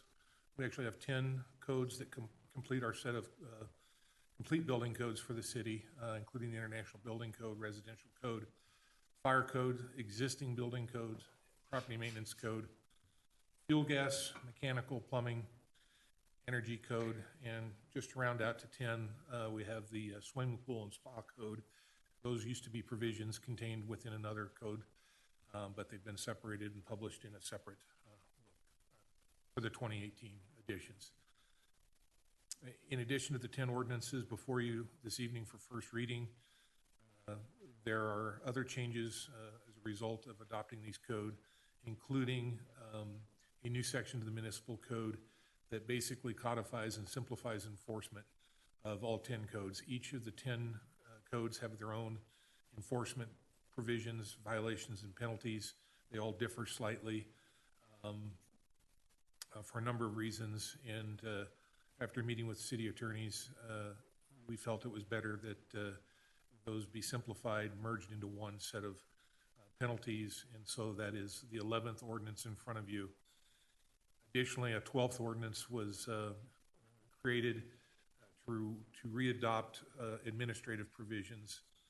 They were first adopted when the city adopted the 2014 National Electric Code, and they basically provide processes and procedures that are not contained within the electric code itself. The electric code is published by a different organization than the International Code Council, and we needed administrative provisions to match up with that code.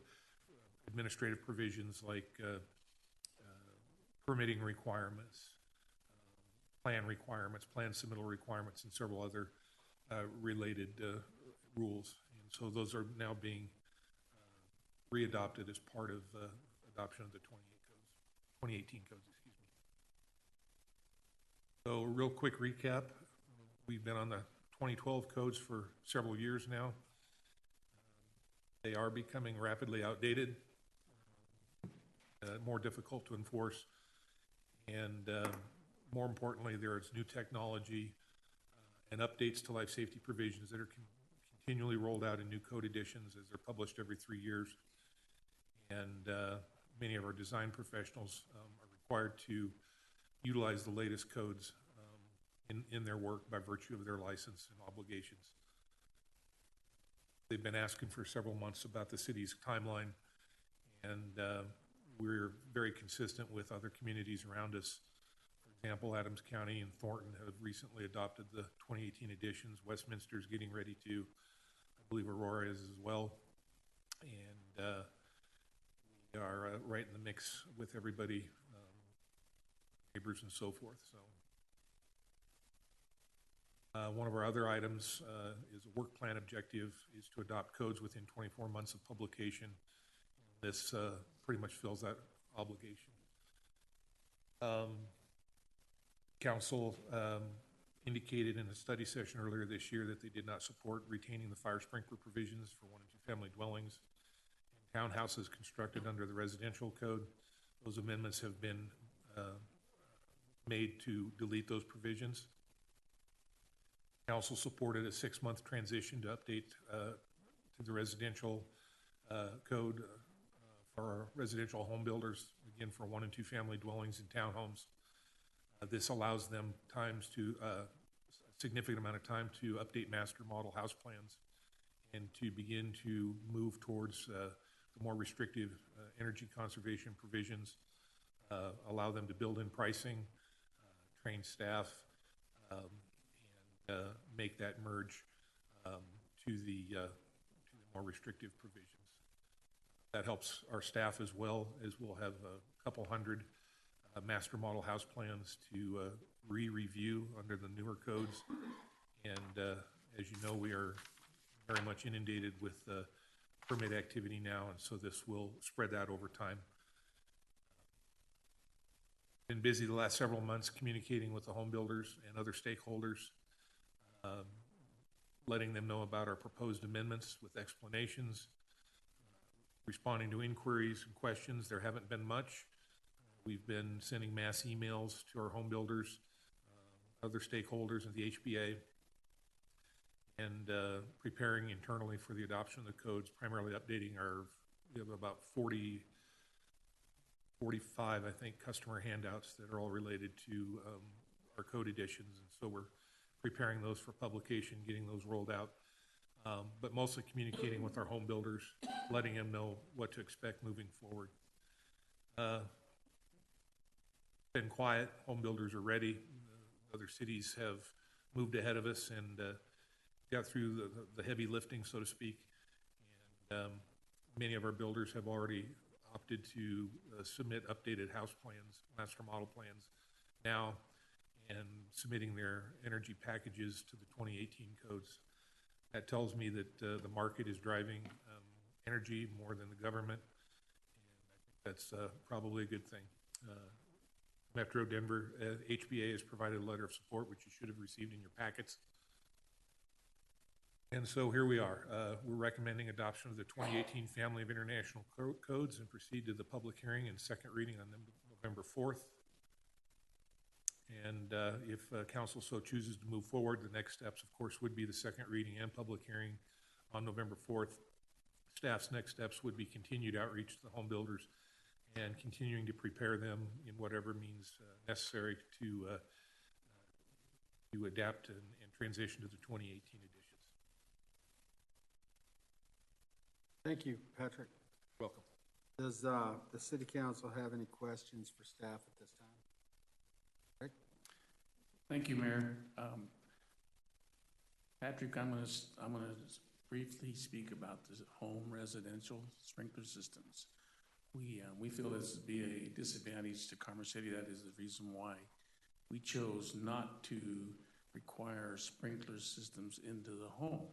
But we also want to make it sure that the residents know that if they would prefer to have a sprinkler system put in their homes, it can be done for at additional cost for them.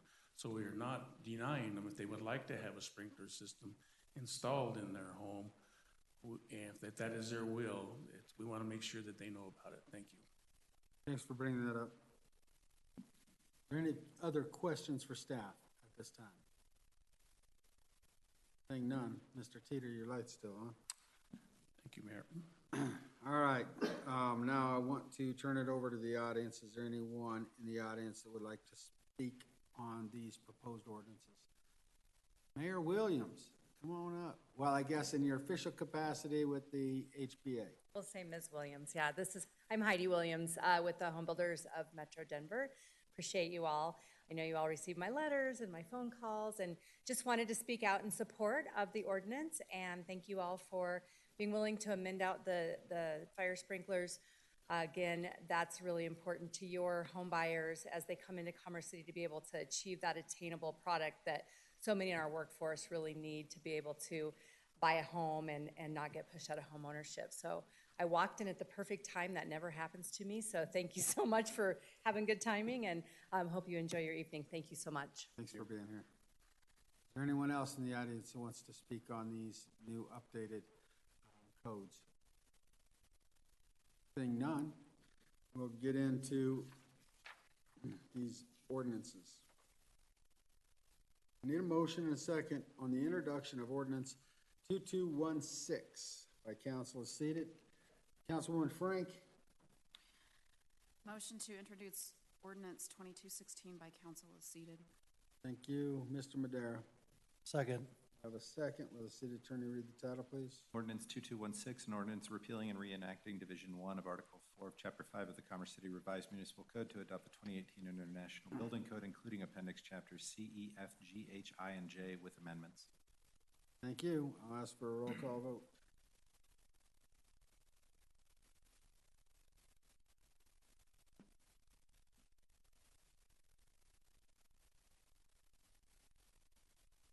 For the record, approved unanimously. Ordinance 2216, the introduction. Next item, I'm open for a motion on 2217. Councilwoman Frank, Motion to introduce ordinance 2217 by council is seated. Mr. Hurst. I'll second that motion.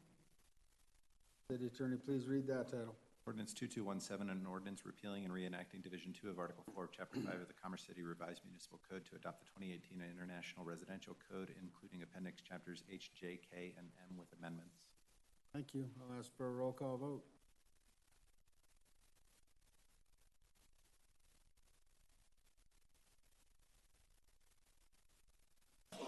For the record, unanimously approved on introduction 2217.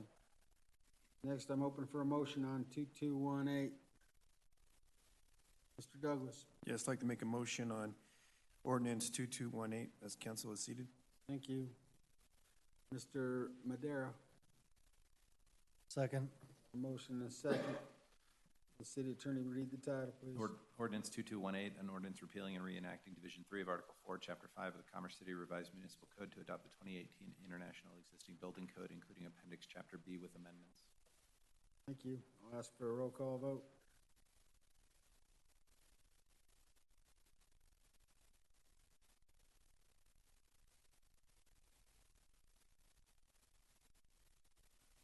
Introduced unanimously by the council this evening, ordinance 2218. I'm open for a motion on 2219. Councilwoman Frank. Motion to introduce ordinance 2219 by council is seated. Mr. Davis. I second that. Motion and a second. Will the city attorney read that title? Ordinance 2219, an ordinance repealing and reenacting Division 10 of Article 4 of Chapter 5 of the Commerce City Revised Municipal Code to adopt the 2018 International Fire Code, including Appendix Chapters B, C, D, E, F, H, I, J, K, M, and N with amendments. Here, I'll ask for a roll call vote.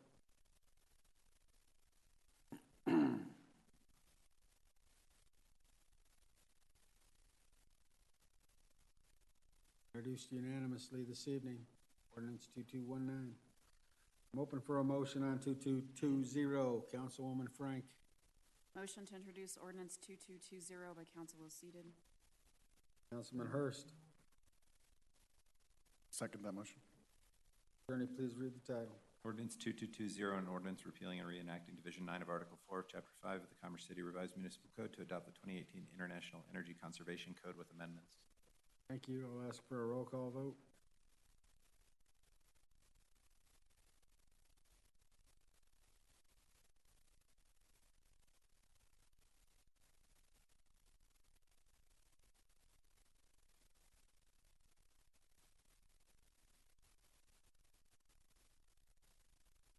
For the record, unanimously approved 2220.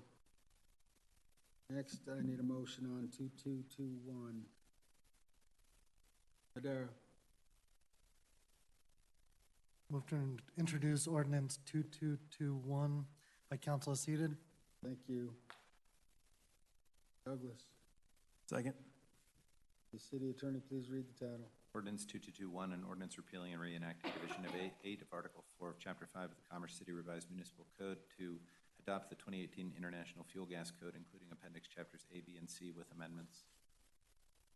Thank you. I'll ask for a roll call vote.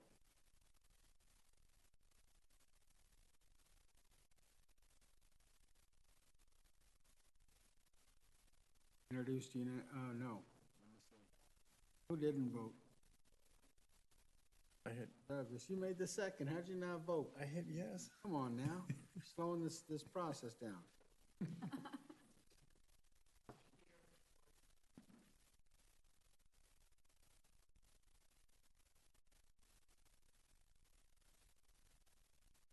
Now, introduced unanimously, 2221. Now I need a motion on 2222. Mr. Hurst. Motion to introduce ordinance 2222 by council is seated. Councilwoman Frank, Second that. city attorney with the title, please. Ordinance 2222, an ordinance repealing and reenacting Division 7 of Article 4, Chapter 5 of the Commerce City Revised Municipal Code to adopt the 2018 International Mechanical Code, including Appendix Chapter A with amendments. Roll call vote.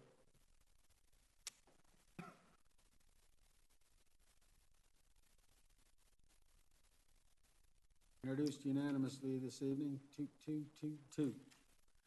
Open for a motion on 2223. Councilwoman Frank. Motion to introduce ordinance 2223 by council is seated. Davis. Second that motion.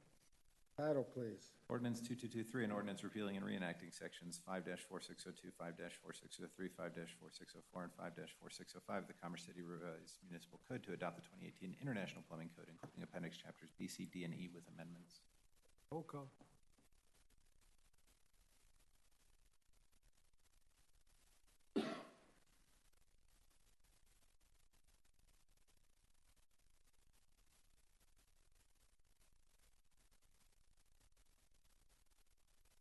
For the record, introduced unanimously, 2223.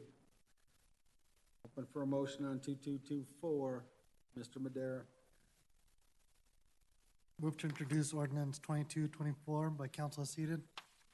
Hurst. I second that. Title, please. Ordinance 2224, an ordinance repealing and reenacting Division 4 of Article 4, Chapter 5 of the Commerce City Revised Municipal Code to adopt the 2018 International Property Maintenance Code, including Appendix Chapter A with amendments. Roll call.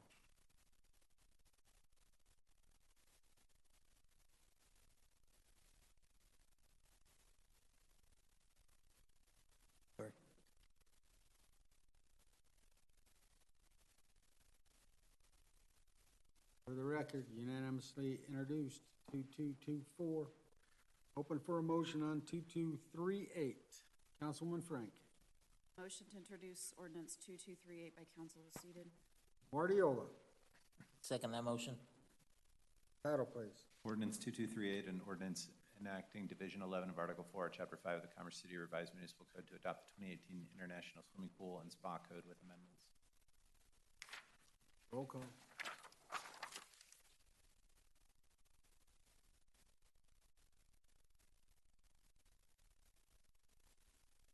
Introduced unanimously, for the record, 2238. Now I'm open for a motion on 2242. Hurst. I'd like to move to introduce ordinance 2242 as by council as seated. Guardiola. Second that motion. Title, please. Ordinance 2242, an ordinance repealing and reenacting Section 5-4502 and repealing Sections 5-4503 and 4-504 of the Commerce City Revised Municipal Code to readopt the 2006 edition of the International Code Council Electrical Administrative Provisions with amendments. Thank you. Roll call.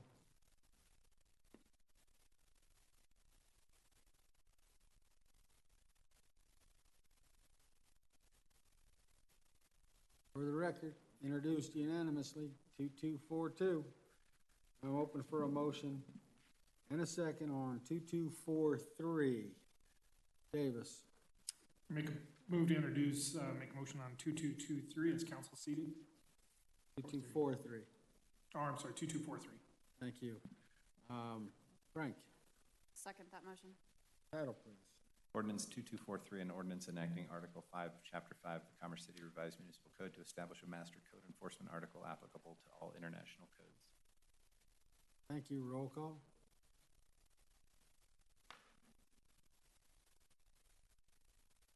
For the record, introduced by 9 council members this evening, 2243. Thank you for your Next. time. Thank you, Mr. Buckley. Thank you. Next, Mr. Mayor. yeah, go ahead. If I might interrupt for a quick moment, want to let City Council know that Mr. Buckley is leaving the organization. Well, he will be missed. Thank you for all your service, Mr. Buckley. We appreciate it. Patrick and his wife are relocating to Florida to be closer to family, and he's had a tremendous impact on the organization. He's leaving the building division much better than he found it, and for that, I'm very grateful. We'll certainly miss him professionally, and I'll absolutely miss him personally. Absolutely. He's a terrific person. And you know what? Maybe he can help Florida out. Isn't that where most of the crazy stuff happens? Well, So you gotta fix that when you're down there, Pat. I did tell him the Farmer's Almanac isn't always right. He doesn't have to abandon the state of Colorado before winter. Yeah, I know. But you know what? That's a whole different kind of danger down there, so good luck to you, Mr. Buckley. All right, ordinance 2236, revising code to conform to recent state liquor code changes. Does anybody on council have any questions for staff concerning this ordinance? Davis? Okay. That's all right. I got it. And don't worry about it. But it's okay if you'd like to make a motion.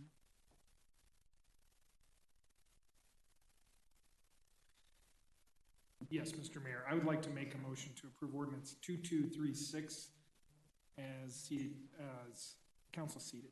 Thank you. Mr. Hurst? I'd like to second that motion. I have a motion and a second. Is there anyone in the audience who would like to speak on the proposed ordinance before we vote on it? Seeing none. Title, please. No. Go ahead. Ordinance 2236, an ordinance amending Chapter 8 of the Commerce City Revised Municipal Code regarding alcoholic beverages and medical marijuana to conform to recent changes in the state liquor code to clarify the authority of the liquor authority and other matters. Thank you. And the only reason I hesitated is because this one he didn't have to read the title on, but that's all right. Take a roll call vote, please. The Mayor Pro Tem wants the title read, he's going to get the title read.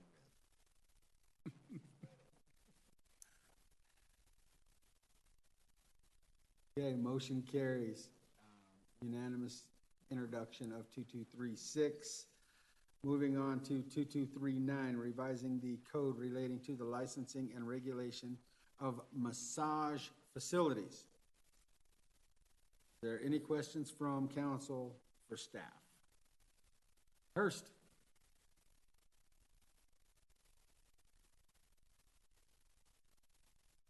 All right, go ahead and make your motion. You have a question, Mr. Douglas? No, just comment, Well, let's wait on the motion. We'll go to, I want to make sure discussion happens. So, Douglas? Discussion? Huh? Oh, just make a comment to Laura Bauer for all her efforts in bringing this information forward in a study session. Appreciate that. I agree. Thank you, Laura, for bringing this to our attention. Now, Mr. Hurst. I'd like to move to approve ordinance 2239 by council as seated. Mr. Douglas. Second. I have a motion and a second. Is there anyone in the audience who would like to give comment on ordinance 2239? Seeing none? Go ahead and read the title. Ordinance 2239, an ordinance supporting the practice of massage therapy by repealing and reenacting Division 7 of Article 3 of Chapter 9 of the Commerce City Revised Municipal Code relating to the licensing and regulation of the operation of massage facilities. Thank you. And before I ask for a roll call vote, I just want to make sure that the residents realize what the intent of this was, is to cut down on sex trafficking and things of that nature to make sure that we're only allowing real businesses to operate in our city pertaining to the industry of massage. Thanks a lot, in part to Laura Bauer. All right, I'll ask for a roll call vote.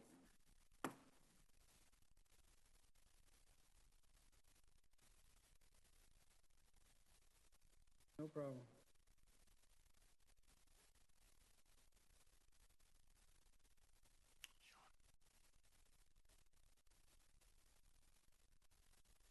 Oh, I was on there. There, how's that?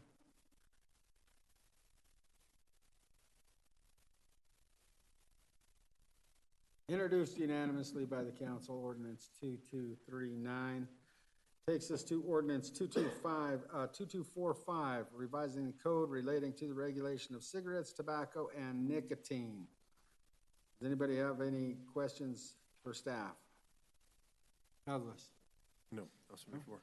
All right, seeing none, I'm open for a motion, Douglas. Yes, motion to introduce ordinance 2245. Council seated. Frank? Second that.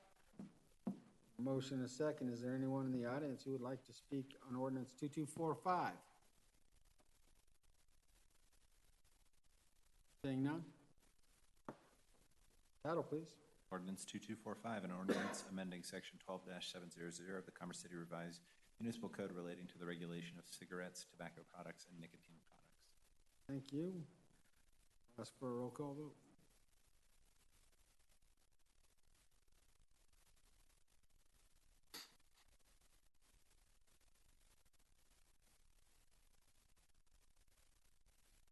Introduced unanimously, ordinance 2245. Now that takes us into administrative council business. Brian, you have any? I do, sir. Thank you.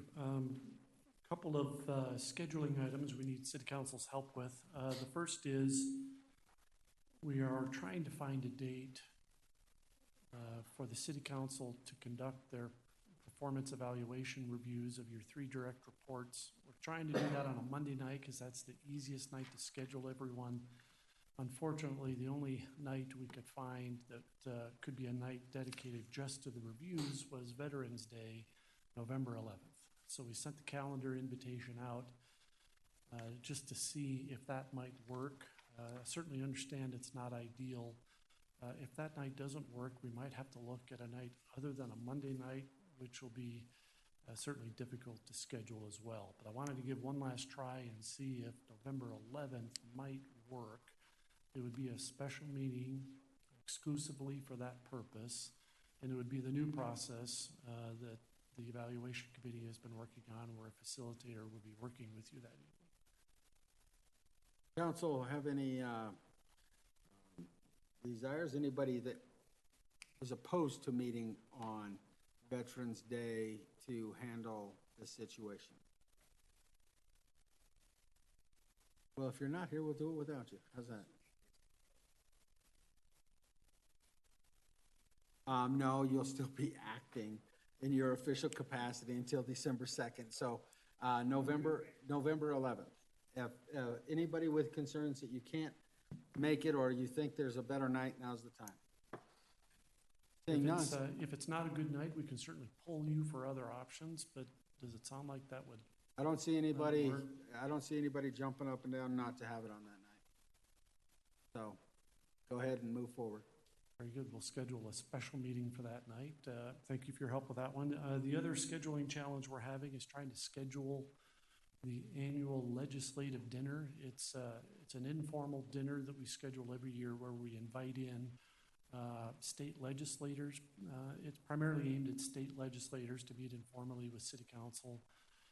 Although we will have a new city council seated on December 2nd, and we could certainly use the study session on December 9th to do orientation type work. It's actually the only night we think will work for the legislative dinner. So wanted to ask city council if you would be okay with holding the legislative dinner the night of December 9th. The alternative, unfortunately, would be we think we'd have to cancel the legislative dinner this year. So we wanted to ask city council what their opinion is about the value of the legislative dinner versus having a study session that night. Yeah, you know, the downside to that is whoever is the new mayor and the city council, they're going to get the, oh, really? How come you don't do it? And the other guy did. I don't want you to go down that road. So what I'm going to do is I think it's important. There are several of us up here that won't be here and some that may be here that don't know whether they're going to be here or not. I would lean on the 4 that are going to be here for sure, and that's Frank Guardiola, Madera, and Huseman. Do you guys have any problems having the legislative dinner December 11th? December 9th. December Monday, 9th. I December was 9th. trying to give you a few days extra. December 9th. Any concerns with that, or do you want to hold off? Saying that they don't have any concerns, how about the rest of the council? We don't even know who's gonna be here, right? So, put it on the 9th, and then if there's complications afterwards, it's not my problem, all right? We'll leave it at that. We will proceed, thank you. One final item from staff. Mr. Smith sent out earlier today a request from the Metro Mayor's Caucus for the city to take a position on Proposition DD. I'll turn it over to Troy. Do you want to elaborate on it at all, or perhaps we could answer questions that you might have from what we sent? Is there anything else we should add? I'd be happy to answer any questions you have. It's related to taxation for sports betting. About 90-some%, 94% of the revenue from that initiative will go directly towards funding the Colorado Water Plan. Is that online sports betting? Online sports betting? It's all sports betting. All sports betting. Being that we don't have a dog track anymore, that kind of rules that one out, but there is online, that's why I bring it up. That's determination to be made by the council. Is there any council members that have questions, comments, or would like to make a motion? Councilwoman Frank. Oh, your light's on. See, if I can bust on Davis, I'm gonna bust on you too, just so you know. That's how it works. You got 3 more meetings to deal with that. What are the desires of council concerning Metro Mayor's question on DD? And I should add, council doesn't have to take a position. Sure. Right? Yeah, that's correct. In the email I sent you this afternoon, there are essentially 3 answers on the question. If I am to respond on your behalf, that's yes, no, and abstain, or I can simply not respond to the request. So either of those would be fine. Hurst. I'd like to make a motion in support of DD. Adara. Second. A motion and a second to support Proposition DD on sports betting in the state of Colorado for reference to the Metro Mayor's Caucus. All those in favor signify by saying aye. Opposed, say nay. Nay. Man, that was some weak stuff, wasn't it? That was some weak stuff. We're going to go with a roll call vote because I couldn't tell you who said what. It was really bad. That's probably the worst one I've heard yet of it. Yeah. Roll call.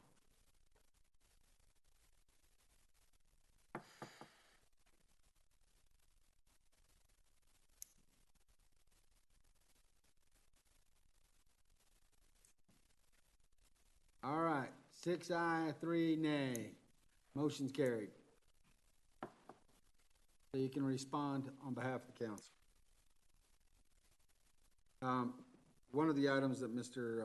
McBroom didn't bring up is tomorrow night there is a dinner to discuss GID type opportunities with the county concerning areas around the rail station and the creek. I do have a conflict. Madera is going to be there, as well as Commissioner Odoricio and Commissioner Emma Penter. I would like to offer someone to be able to take my place, preferably one of the council members that are not potentially leaving. So that would be Frank Guardiola and Hughesman.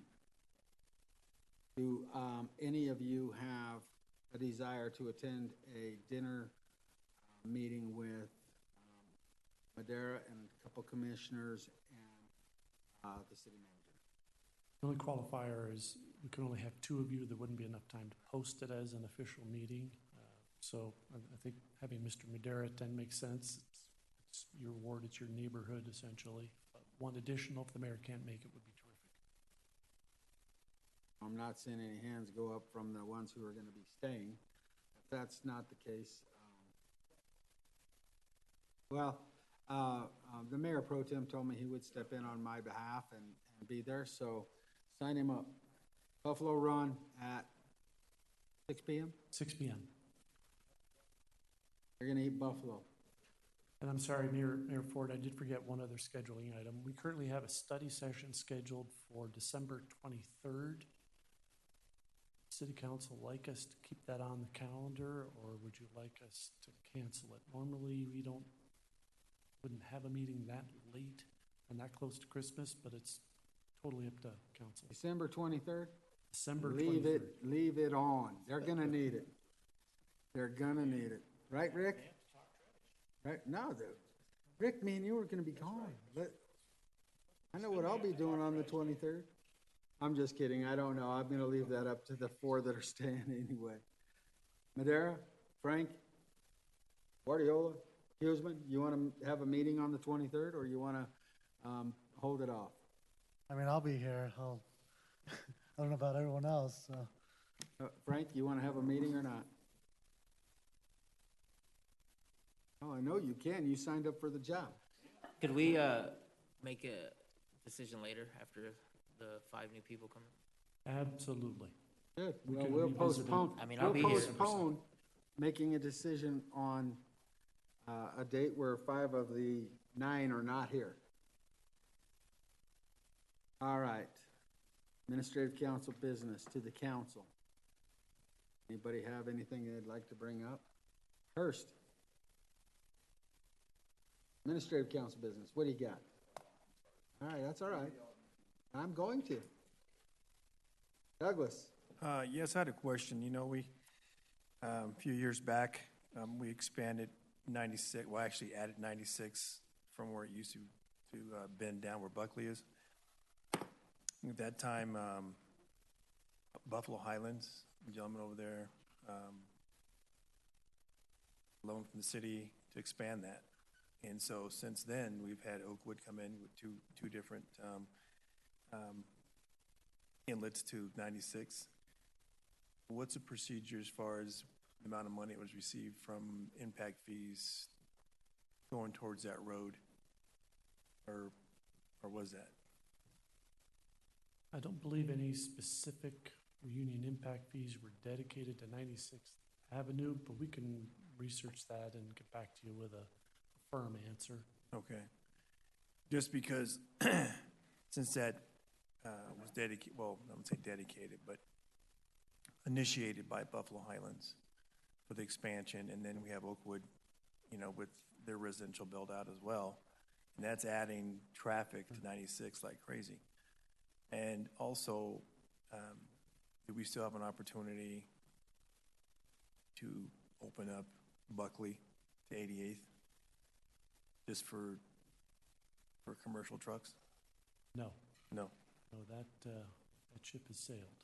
So- And the reason for that is a portion of the Buckley right-of-way actually rests within the wildlife refuge property. Mhm. And so one of the conditions with the Fish and Wildlife Service was that when we extended 96th Avenue, we would close that section of Buckley Road. Right. Back to the question about impact fees, it will be worthwhile for us to do a little research. The reunion development agreements are different and unique, but we can research that. Okay. question. Just because, you know, I know through that stretch there, developers, just like on 112th and the other roads that are adjacent to development, depends on what the fee is. Maybe there's enough to look at putting 2 more lanes on 96 because that bridge can handle, of course, another 2 lanes. Thank you. Any other administrative council to come before the council this evening? Seeing none. Moving on to reports. City manager, No additional report. city attorney. No report, but I want to thank you for bearing with the reading of those titles. There's a quirk in our charter that requires adoption of code by reference to be done in a certain way and to have very specific titles. And then titles are separated in with separate ordinances for transparency to make sure that each one gets proper notification to the public and an opportunity for votes, even though they were adopted unanimously. So everybody knows why there was that level of detail. Oh, no report, and you seemed to pull one out anyway, didn't you? This is like comment, not report. I know, I'm giving you a hard time. All right, and I don't have a report either. You know what, I am gonna report on something. I went to the marijuana symposium that you guys gave me the opportunity to attend.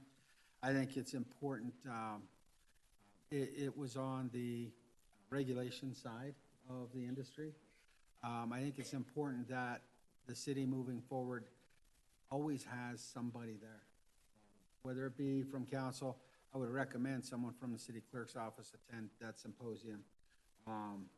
There were people there from Rhode Island, Washington, California, Illinois. Some of the stuff that I thought was really interesting is there's the huge concern over vaping and vaping illnesses that are created. They did say that most of that vaping illness is THC impregnated. They don't know what's causing it. They don't know if it's additives or what they're cutting the products with. They don't know if it has to do with the heat source from the batteries in the vape, and whether it's some are burning it too hot, some are not burning it hot enough. Also has brought up their attention on what they call dabbing, which is even at a higher temperature.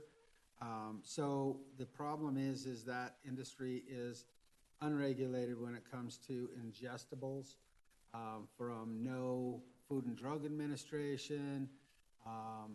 City of Denver does have their own food code. They're looking into ways to regulate that industry for safety purposes. There's a lot of folks leaning on the federal government to try to set a standard for regulations. I did attend a session that Ed Perlmutter was the speaker, talking about the banking side of it, and the House passed that heavily, and it's moving to the Senate. He believes it'll pass with bipartisanship in the Senate. Doesn't know whether or not the president will veto it or not. But regulation side of it is really, really touchy right now, because nobody is doing any regulations on ingestible type of products. There was a lot of talk about having hemp growers have to also go through a licensing process similar to the marijuana licensing process.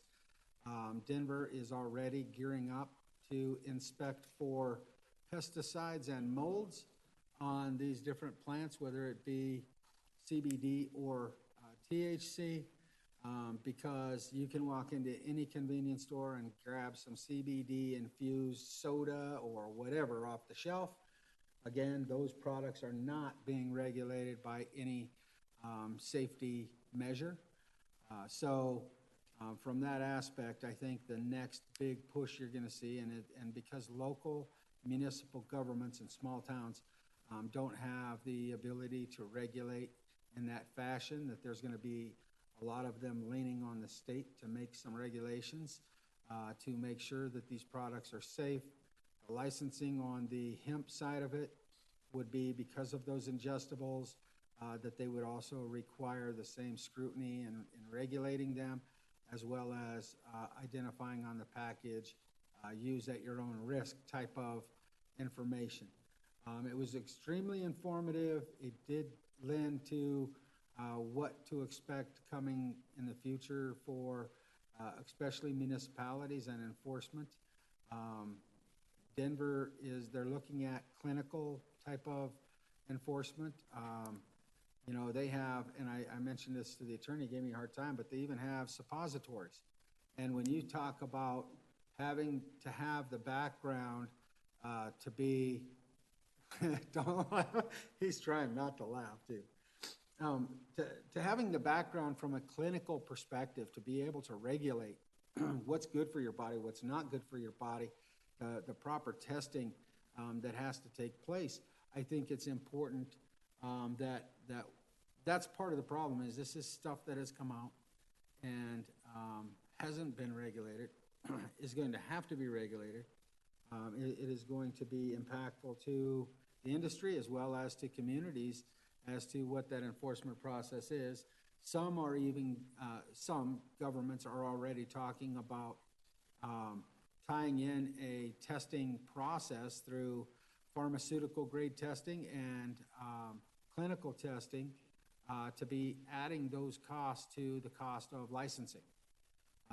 But I did take scrupulous notes, and I do have I did type them out and have kind of a bullet point list of all the different things that were discussed that I think will have potential impacts to our community. I'd be glad to share that with the city clerk's office and any of you all.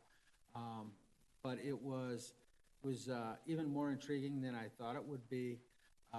Some of the companies that are out there that are providing testing and things of that nature. And some of the talk was even having the state do a centralized testing type of facility so there would be no third-party testing involved, so that everybody would have the same information and the same risk to their products being tested in a similar manner. So hopefully that's helpful to the city clerk and her office. But I will tell you, I was thoroughly impressed. There was a lot of DAs and a lot of judges and people from all over, and clerks and or marijuana enforcement division folks. Denver played a big role. It was my portion of the symposium was a 2-day conference. There was a day prior that was for law enforcement only, but they went through a ton of information, and it all had to do with what do we do, and the federal government may at the time, if they decide to legalize that industry from a federal standpoint, they talked about rolling things back to be more like Canada, which would mean only the flower or bud would be available for consumption until proper testing is done to approve any type of ingestibles or other type products to bring them back online. And that's pretty tough to put the genie back in the bottle. So I don't know how they're going to do that. Perlmutter also said it may not be federal regulations, it may be state by state. And so hopefully that information's helpful. Thank you for allowing me to go. It did open my eyes to some of the regulating issues that are taking place. And hopefully you will all make sure somebody attends that in the following years, because I think it's beneficial to whoever sits on this council to be able to be aware of the changes and the current regulating adoptions that will be coming forward, and to stay up to speed on those things. So that will conclude my report, but thank you for letting me attend and expand those opportunities for the city. Mr. Hurst. 2 quick items. One, happy to see that a business front near 104th and Chambers has decided to redo their landscaping, it appears. It's something we've been talking about for several weeks. And then, unfortunately, I will be at a work conference presenting in Santa Fe, New Mexico on October 21st, so I will not be here for that meeting. I'm presenting on Western Regional Truck data and visualizing it through ArcGIS. Sounds really fun, but that's what I'm doing, so I will not be able to attend October 21st meeting. Thank you. Let's go to Teeter. Yes, if I may, Mayor, I got a couple questions. Do we have a third marijuana business open? The sign says we got one open. Could you clarify where, what? On Quebec Street? Yes. So we have the first one, that was Aroma. We have the second one, that was Loud. That's the same, it's actually the same licensee. And then we have a third one down there by the Okay, thank you, Laura. The other question is, do we know who the red sweater winner was? Red sweater winners.